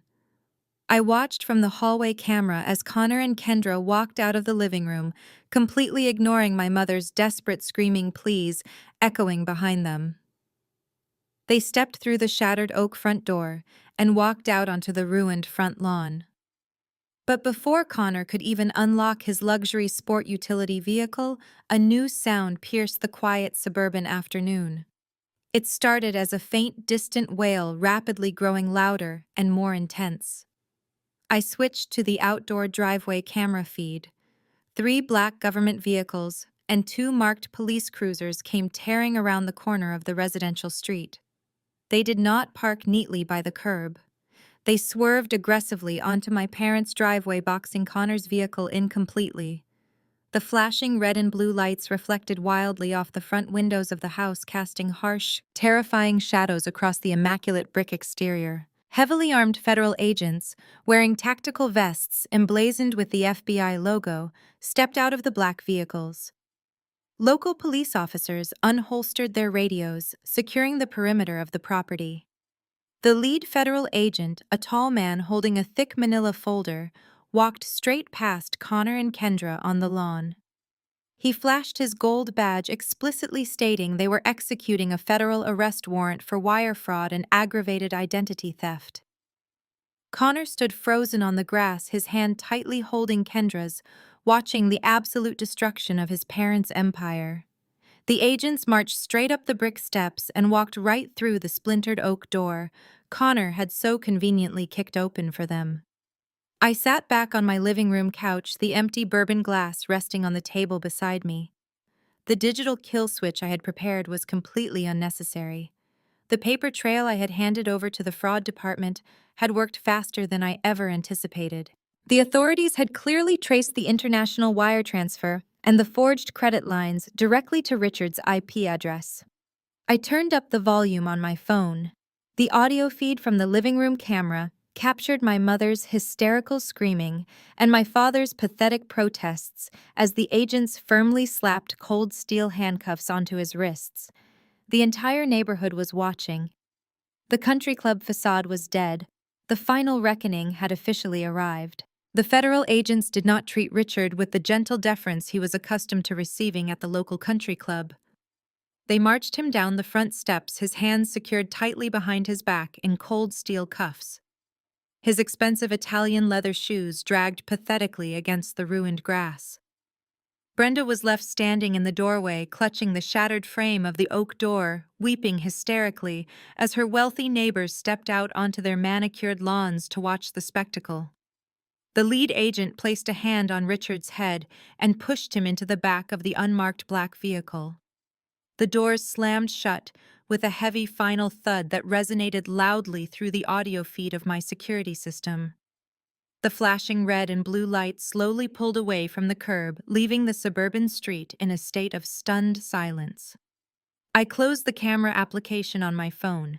The physical confrontation was over, but the bureaucratic slaughter was just beginning.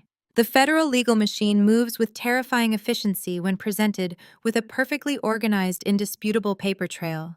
Because I had handed them the exact IP addresses, the forged signatures, and the timeline of the wire transfers, the prosecutor did not have to spend months building a case.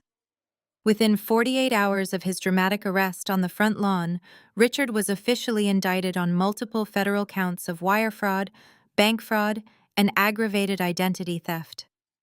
He was denied bail due to the massive amount of missing funds and the international nature of the Cancun resort transfer, which technically made him a flight risk. My father was forced to trade his tailored suits for a standard-issue orange jumpsuit, sitting in a cold federal holding facility while his entire professional world burned to the ground. The most devastating blow did not even come from a judge. It came from the State Board of Accountancy. The board operates on strict ethical guidelines, and federal wire fraud is the ultimate cardinal sin for a certified public accountant. The morning after his arrest made the local news. The state board initiated an emergency administrative hearing. They did not wait for a criminal conviction. The sheer volume of evidence regarding his abuse of power of attorney and the forged loan documents was enough to trigger immediate, merciless action. By Friday afternoon, Richard received official notice in his holding cell. His CPA license, the prestigious credential he had hidden behind his entire life to project authority and trustworthiness, was permanently revoked. He was officially barred from practicing accounting, filing taxes, or offering financial advice anywhere in the country for the rest of his natural life. The professional execution was swift and absolute. The ripple effect was instantaneous and absolutely catastrophic for his firm.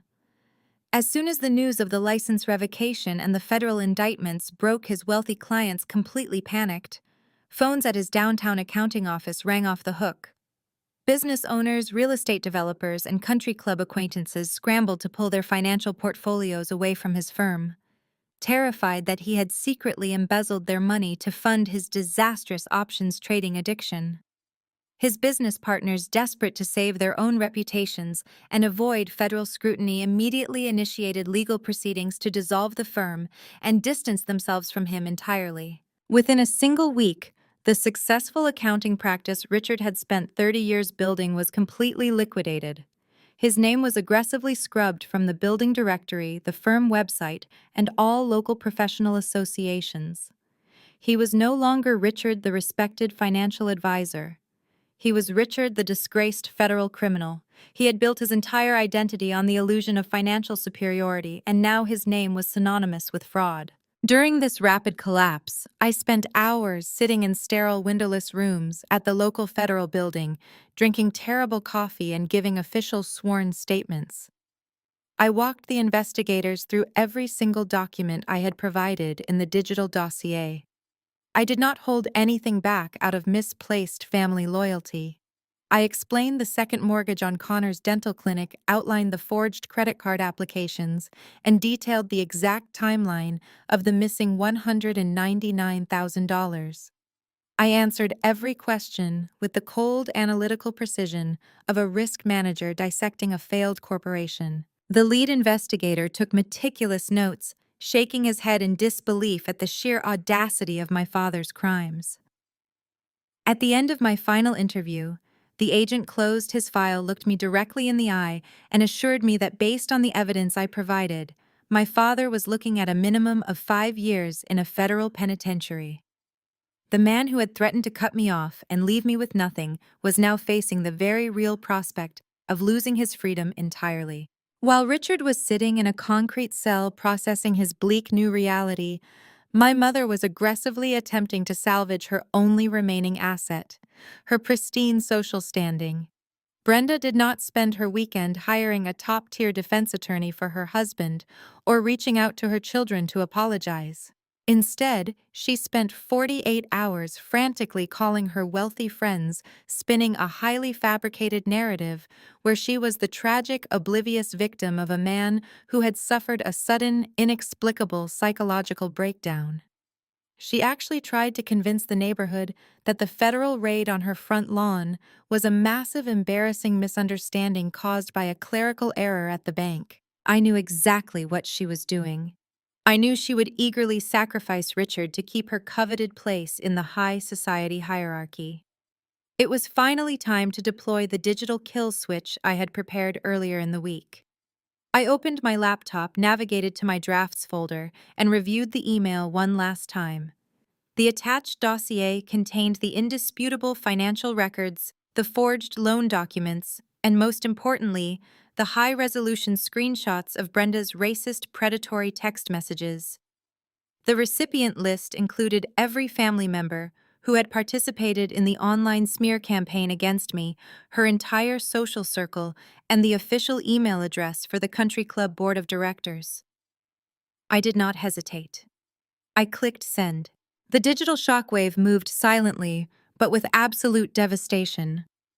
I did not need to be physically present at the country club to witness the fallout. The suburban gossip machine is incredibly efficient. Aunt Patty, the very woman who had publicly called me a bitter spinster just a few days prior, suddenly realized she was standing far too close to ground zero. Desperate to scrub the radioactive scandal off her own reputation, Patty actually called my phone. I let it go to voicemail, and she left a frantic 10-minute audio message detailing the exact moment my mother's social empire collapsed. According to Patty, Brenda had boldly driven her heavily mortgaged luxury vehicle to the country club that Sunday afternoon. She was wearing oversized designer sunglasses and a black silk dress, clearly aiming to host a highly visible sympathy luncheon. She wanted to sit in the main dining room, sip sparkling water, and gather her loyal subjects around her to solidify her victim narrative. But when Brenda pushed through the heavy glass doors of the grand foyer, the bustling clubhouse went completely terrifyingly silent. Nobody rushed over to offer fake condolences. Nobody waved her over to their table. Instead, the general manager of the club, flanked by two senior members of the board of directors, intercepted her right in the middle of the lobby. One of the board members was a wealthy real estate developer whose wife had been specifically named and mocked in my mother's leaked group chats. The general manager did not offer a polite smile, and he certainly did not invite her into a private office to handle the matter discreetly. He handed Brenda a crisp, formal letter right there in the open foyer. He spoke loudly enough for the surrounding members to hear every single word. He stated that the club operated under a strict morality clause, and her explicitly documented scheme to use the country club as a hunting ground to trap a federal judge in a fraudulent financial bailout was a massive institutional liability. He also noted that her racist commentary regarding her prospective daughter-in-law was abhorrent and entirely unacceptable to the board. The manager informed Brenda that her membership was revoked effective immediately. He firmly asked her to hand over her physical access card and directed the two security guards standing nearby to escort her off the private premises. Brenda completely lost whatever remaining composure she had left. She tried to scream that her phone had been hacked by a disgruntled former employee. She desperately looked around the foyer, making direct eye contact with the women she had played tennis with for over a decade, begging them to intervene. But nobody moved. In the brutal, unforgiving world of suburban high society weakness and public scandal are highly contagious diseases. Every single person Brenda had ever tried to impress simply turned their backs on her simultaneously. Even Aunt Patty, watching from the terrace, pretended to be deeply engrossed in her menu. Brenda was escorted out to the parking lot by uniformed security guards in front of dozens of silent witnesses. She was forced to drive away from those wrought iron gates, entirely excommunicated from the only world she genuinely valued. The public social death was infinitely more agonizing for her than any physical prison sentence. She was stripped of her title, her audience, and her manufactured prestige, leaving her entirely alone in a massive, quiet house that she no longer owned, waiting in absolute terror for the inevitable knock from the bank. That knock was coming much faster than she could have ever anticipated. The reality of federal financial crimes is that banks strike even faster than the government. While my mother was sitting in her massive quiet house mourning her dead social life, I was sitting in a sleek glass conference room at Chase Bank downtown. The federal indictment against Richard had given my personal fraud claim absolute undeniable legal weight. I did not have to fight a long drawn-out administrative battle. The evidence I provided was bulletproof. The senior fraud investigator, a sharp man in a tailored suit, slid a thick folder across the mahogany table. He informed me that the bank had officially completed their internal review. Because I had filed the police reports immediately, and the FBI had successfully traced the exact IP address used to authorize the transfer back to my father's garage, the bank was legally obligated to restore my account. Richard had bypassed their security protocols using insider knowledge of my identity, which classified the event as unauthorized access. The investigator tapped his tablet, and the massive screen on the conference room wall lit up with my account dashboard. I watched as the balance refreshed. The sickening $12.50 vanished. In its place, the bold black numbers proudly displayed $199,400. My life savings had returned. The heavy, suffocating weight I had carried in my chest since the day I stood at the teller window finally dissolved. I had not just survived my family's financial assassination attempt, I had completely neutralized it. The victory did not stop at the cash. The investigator handed me 2 official letters of clearance regarding the fraudulent platinum credit cards. The issuing companies had fully wiped the $100,000 of unsecured debt from my name. They had officially transferred the liability entirely to Richard's criminal estate. Within 48 hours, the major credit bureaus completely erased the late payments and the unauthorized inquiries from my profile. I logged into my monitoring app right there in the conference room. My pristine credit score of 780 was fully restored. Stepping out onto the busy Chicago street, I felt like an absolute titan. I immediately called my real estate agent. I told her the fraud investigation was officially closed in my favor and the funds were fully cleared. We finalized the paperwork for the Lincoln Park townhouse that very same afternoon. I wired the down payment, signed the massive stack of closing documents, and was handed the heavy brass keys to a home that was entirely mine. No joint accounts, no manipulative parents, just my own hard-earned success, locked securely behind a door my family would never be invited to walk through. But in the corporate financial world, money never simply disappears. When a bank restores stolen funds to a victim of fraud, they immediately become the primary creditor looking to aggressively recoup their massive losses from the perpetrator. By legally clearing my name, the bank shifted the massive crosshairs directly onto Richard. They were not going to politely wait for his criminal trial to conclude before they started clawing their money back. They wanted cash, and they wanted it immediately. Richard's personal bank accounts had already been completely frozen by the federal government. His accounting firm was liquidated, and his day trading brokerage accounts were entirely empty due to his catastrophic options losses. There was no liquid cash left to satisfy the massive debts he had accumulated through his fraudulent schemes. He owed the credit card companies $100,000. He owed Connor's business lender $300,000. And now he owed Chase Bank the reversed $199,000. The aggressive corporate recovery departments pooled their resources and zeroed in on the absolute only tangible asset my father still possessed: the sprawling suburban house, the same house my mother was currently hiding inside. The house with the ruined lawn, the shattered front door, and the massive mortgage Richard had already been secretly struggling to pay. Because Richard used the property as collateral for complex personal loans to cover his trading losses, the banks had immediate legal grounds to accelerate the debt, When a borrower is federally indicted for financial fraud, it automatically triggers a default clause in almost every standard mortgage agreement. The lenders do not have to wait for months of missed payments. They can instantly demand the entire remaining balance of the loan in full. And if the borrower cannot produce the cash, the bank immediately seizes the property. Brenda's desperate attempt to hide from her public humiliation was about to be violently interrupted.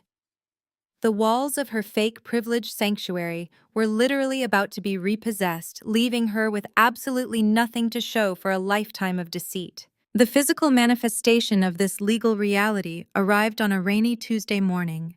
Brenda was sitting at her expansive kitchen island, staring blankly at the marble countertops. The massive suburban house was eerily silent. The shattered oak front door had been temporarily boarded up with a piece of cheap splintered plywood provided by a local emergency repair service.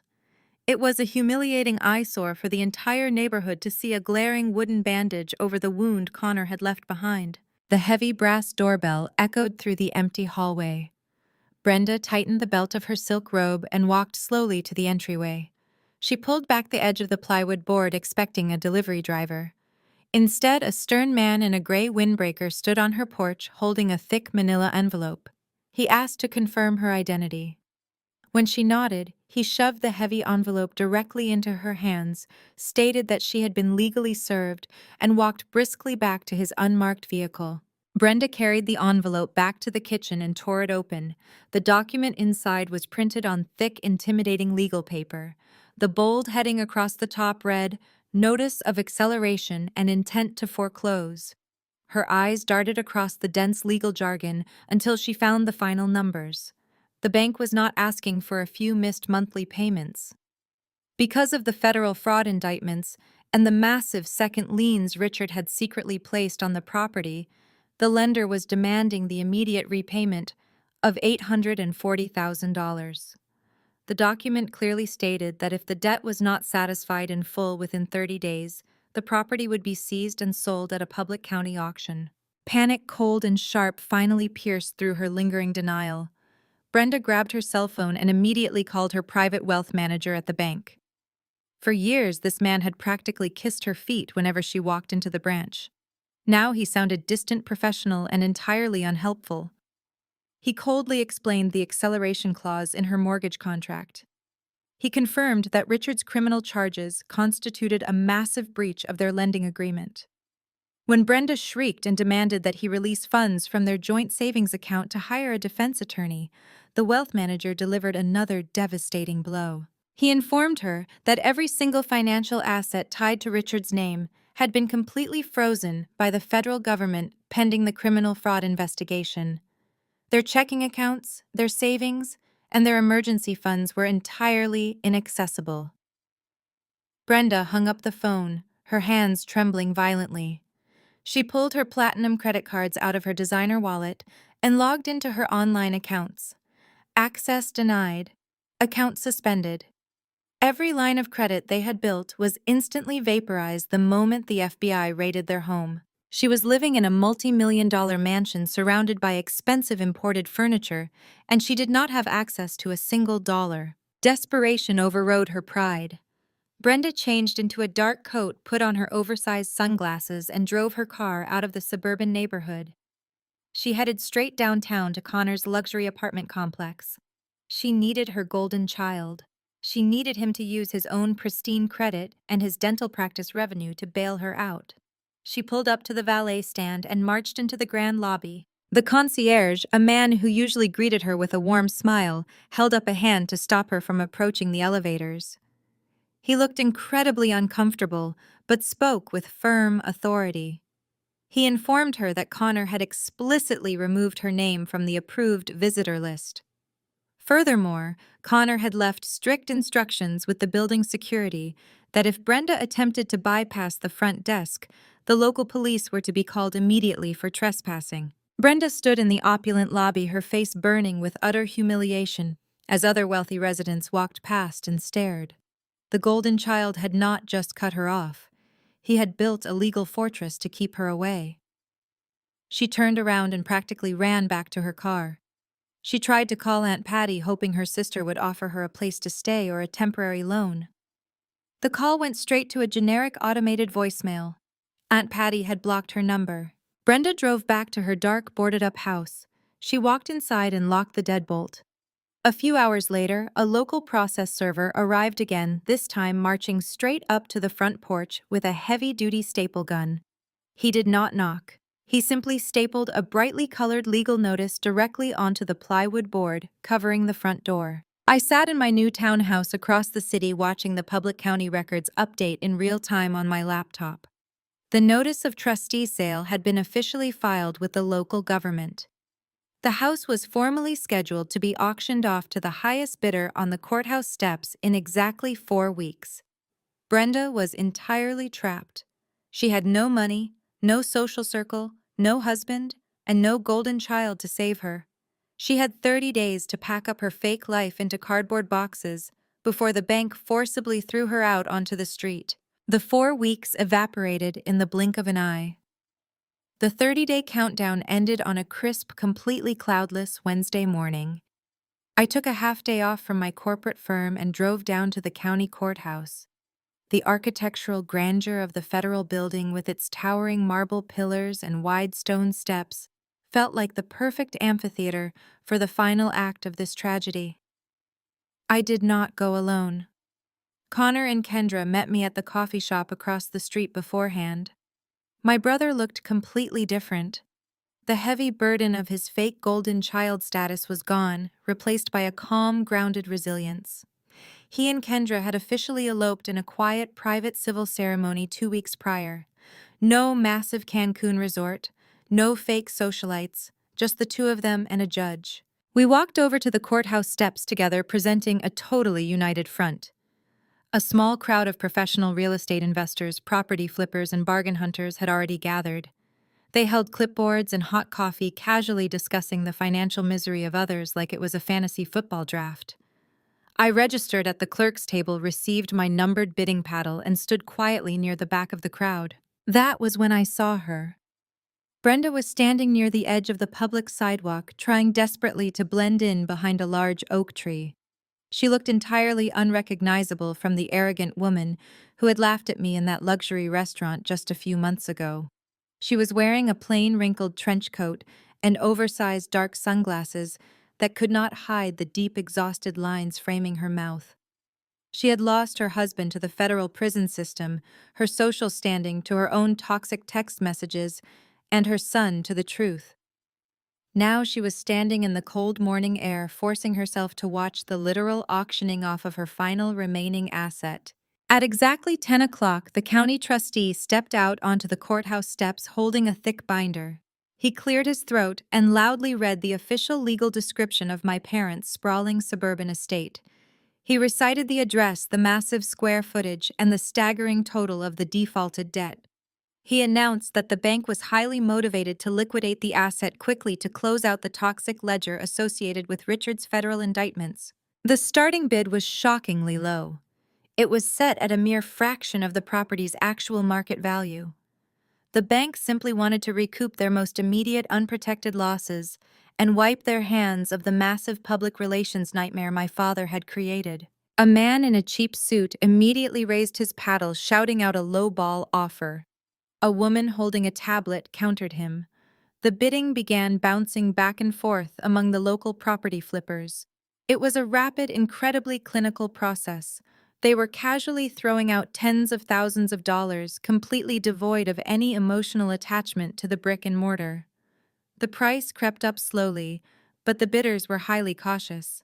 The suburban mansion was beautiful, but it carried the heavy, lingering taint of a highly publicized federal fraud investigation. Nobody wanted to overpay for a crime scene. Within 3 minutes, the aggressive bidding stalled. The man in the cheap suit called out an offer that was barely 30% of what the house was actually worth. The other investors shook their heads, lowering their paddles. They had hit their predetermined profit margins and were backing out. The trustee scanned the silent crowd. He called out the current bid, asking if anyone was willing to go higher.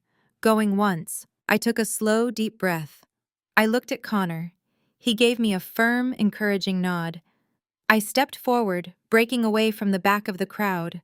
I raised my numbered paddle high into the air. I spoke in a clear, ringing voice that echoed sharply against the marble pillars of the courthouse. I called out a bid that was exactly $10,000 higher than the flipper's final offer. The crowd murmured, turning to look at me. The man in the cheap suit glared in my direction, quickly running the numbers on his phone. He cursed under his breath and aggressively shoved his paddle into his briefcase. He was out. The trustee looked directly at me. He called the new price. Going once, going twice. He slammed his hand down on the wooden podium. Sold. I lowered my paddle. Using the fully refunded $199,000 from my restored savings account, combined with a pre-approved commercial credit line backed by my flawless credit score, I had just purchased my parents' multi-million-dollar estate for absolute pennies on the dollar. I walked up to the clerk's table to sign the immediate transfer documents and hand over the certified cashier's check. As I pressed the pen to the paper, I felt a heavy gaze burning into the side of my face. I turned my head and looked past the crowd of dispersing investors. Brenda had stepped out from behind the oak tree. She had pushed her dark sunglasses up onto her head. Her eyes were wide with absolute, unadulterated horror. She had finally realized exactly who had just bought the roof right over her head. Brenda stood completely frozen on the concrete sidewalk of the courthouse, her hands trembling violently at her sides. She tried to take a step forward, her mouth opening and closing as if she wanted to scream, but the absolute shock had stolen her voice. She had spent my entire life looking down on me, treating me as an inconvenient afterthought compared to her golden child. Now she was staring at the woman who had just legally purchased the very ground beneath her feet. I did not smile. I did not offer a victorious smirk or utter a single word of gloating. I simply looked at her with the exact same cold, dismissive expression she had given me at the restaurant when she told me my house could wait. I turned my back, linked my arm through Connor's, and walked away, leaving her to process her new reality alone on the courthouse steps. Buying the house was only the first step. Taking physical possession of the property meant formally evicting its current occupant. I had no intention of handling the transition myself. I hired a strict, highly rated property management firm to execute the eviction. I wanted everything done by the book, completely devoid of any emotional family manipulation. The management company served Brenda with a formal legal notice to vacate the premises within 14 days. She tried to fight it, of course. The property manager informed me that Brenda called their office daily. She cried threatened lawsuits she could not afford and begged for extensions. She claimed she needed more time to organize a luxury moving service and secure an appropriate new residence. The property manager, completely unaffected by her country club theatrics, firmly reminded her that she no longer owned the property and the 14-day deadline was absolute. If she was not out by the designated date, the local sheriff would be dispatched to physically remove her belongings. She quickly realized she could not gaslight or manipulate a corporate entity. 2 weeks later, the final day of the eviction arrived. The sky was heavily overcast, casting a gray, somber light over the wealthy suburban neighborhood. I drove to the property, parking my car a few houses down the street. I had arranged for a professional locksmith to meet me there at exactly noon to change every deadbolt on the estate. It was a final symbolic turning of the page. As I walked up the long, winding driveway, the stark reality of my mother's new life was on full display. The sprawling front lawn was entirely empty of luxury vehicles. Instead, a towering, haphazard pile of cheap, mismatched cardboard boxes was stacked on the concrete sidewalk right next to the curb. Brenda was standing beside them, wearing faded sweatpants and a worn-out sweater. The designer dresses, the expensive jewelry, and the pristine makeup were completely gone. She looked exhausted, frail, and entirely defeated. She was frantically taping a torn box shut as a battered local discount moving van idled loudly in the street. When she heard my heels clicking against the pavement, she snapped her head up.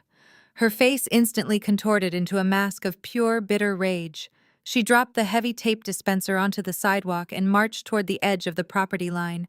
She shrieked, her voice cracking loudly in the quiet neighborhood, demanding to know if I was finally happy. She called me a monster. She accused me of being a sociopath, screaming that I was kicking my own mother out into the cold street just to satisfy a petty jealous grudge. She cried out that I had destroyed the family and ruined her entire life. I stopped at the heavy iron gate, keeping a safe distance. I looked at the massive, beautiful house behind me, the house I now legally owned free and clear. Then I looked back at the woman who had happily sacrificed my future for a destination wedding. I kept my voice perfectly level, stripping away any trace of emotion. I told her I did not put her on the street. I told her Richard put her on the street when he committed federal wire fraud and gambled away her security. I reminded her that she was the one who laughed while drinking champagne bought with my stolen life savings. Brenda screamed that I was cold-blooded. She yelled that I would die alone because I was entirely ruthless. I looked her dead in the eye and delivered the absolute truth. I told her she was absolutely right. I told her my house had waited exactly like she commanded at the engagement party. But her house had been foreclosed, and now she was the one who had to go find somewhere else to live. I turned around, signaled the waiting locksmith to begin drilling the front door, and walked inside the grand foyer. I pushed the heavy wooden door shut, blocking out her screaming completely. I leaned against the heavy wood for a long moment, listening to the muffled sounds of the locksmith's drill violently removing the old hardware. The echo of my mother's desperate shrieking voice slowly faded into the background noise of the cold suburban street. That sprawling mansion, once a towering monument to Richard and Brenda's carefully curated lies and fake social dominance, was now entirely my legal property. But I had absolutely no intention of living in a museum dedicated to my own childhood trauma. Within 48 hours, I listed the estate with a highly aggressive corporate real estate agency. Because I had purchased the property at a massive discount on the courthouse steps, I priced it to trigger an immediate bidding war. It sold in less than a week to an out-of-state commercial developer who planned to demolish the structure completely to build luxury, eco-friendly townhomes. The irony was absolutely perfect. My parents' fake legacy was going to be physically bulldozed into the dirt. I took the massive cash profit from the sale, completely dissolving the final physical anchor, tying me to my toxic family history. 6 months later, the gray, oppressive skies of Chicago were entirely replaced by the golden late-afternoon sunlight of Paris. I sat at a small wrought iron table outside a bustling, vibrant cafe in the Marais district. The air smelled intensely of fresh espresso, warm butter, and blooming spring jasmine. I took a slow sip of my perfectly pulled coffee, feeling a profound, quiet peace that I had never experienced before in my entire life. I was far away from the corporate risk management spreadsheets, and more importantly, I was not alone. Connor and Kendra walked out of a nearby artisanal bakery carrying a paper bag filled with fresh pastries. They looked incredibly radiant. This trip to France was their official honeymoon, and they had stubbornly insisted I join them for the final week. I had initially declined the invitation, not wanting to intrude on their romantic getaway, but Kendra had looked me dead in the eye and stated that I was the only reason they actually had a future to celebrate. The heavy, suffocating anxiety that used to follow my brother like a dark shadow was completely gone. He was wearing a simple, comfortable linen shirt, his shoulders relaxed, and his posture open.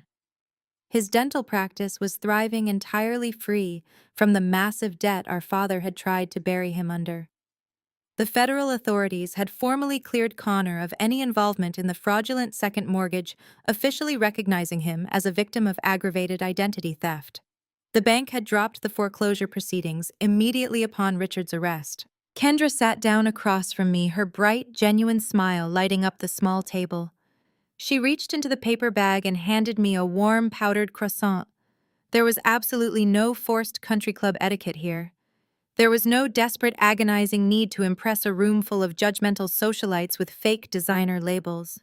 We were just three people sharing a meal, bound together not by toxic obligation, but by absolute truth and mutual respect. Connor took a deep breath of the Parisian air and leaned back in his chair. He admitted that for 35 years he had been suffocating under the crushing weight of being the perfect golden child. He had been so deeply terrified of losing our parents' conditional affection that he never realized the affection itself was a meticulously constructed cage. The explosion I had triggered all those months ago had caused massive, terrifying collateral damage, but it had also burned away the deep-rooted rot. Kendra rested her hand gently over Connor's on the table. She looked at me with deep sincerity and delivered the final legal update. Her father, the federal judge, had been closely monitoring the criminal proceedings back in the States. My father had officially accepted a harsh plea deal to avoid a lengthy, highly publicized trial. Richard was sentenced to 7 years in a federal penitentiary, ordered to pay massive financial restitution, and permanently barred from ever holding a professional license again. As for Brenda, the suburban gossip network confirmed she had rented a tiny dilapidated apartment in a bleak industrial town an hour outside the city limits. She was entirely isolated, working a minimum wage retail job, completely and permanently erased from the wealthy society she had worshipped her entire life. I processed the news silently, taking another sip of my espresso. I did not feel a sudden rush of vindictive joy. I did not feel an ounce of pity. I simply felt completely done. The ledger was officially closed. The massive debts had all been paid in full. I raised my small ceramic cup into the air. I looked at the two people sitting across from me, the only family I actually needed in this world. I proposed a simple toast to freedom, to the absolute destruction of fake legacies, and to building a future based entirely on reality. Connor and Kendra raised their cups, clinking them gently against mine. The sound was sharp, authentic, and clear, completely unlike the heavy, hollow clanking of expensive crystal champagne flutes at my mother's disastrous engagement party. We spent the rest of the afternoon walking slowly along the banks of the Seine River, talking passionately about our careers, our upcoming travel plans, and the simple, mundane joys of everyday life. I did not have to check my credit score. I did not have to worry about unauthorized wire transfers or forged signatures. I simply watched the bright sunlight reflect off the rippling water. The financial assassination attempt had failed. The smear campaign had failed. I had taken the heavy, suffocating chains my family tried to wrap around my neck and forged them into an unbreakable armor. I was finally entirely free. Sloane's journey reveals a harsh but necessary truth. Toxic family loyalty should never demand your self-destruction. Her parents weaponized their blood connection to mask financial predation, relying on her conditioned obedience to fund their hollow social status. The greatest lesson here is that boundaries are not betrayals, they are vital acts of self-preservation. Sloane survived because she replaced emotional reaction with calculated, undeniable proof, prioritizing her own future over a destructive familial facade. True peace comes when you stop setting yourself on fire to keep abusers warm. Audit your relationships and aggressively protect your personal and financial boundaries today.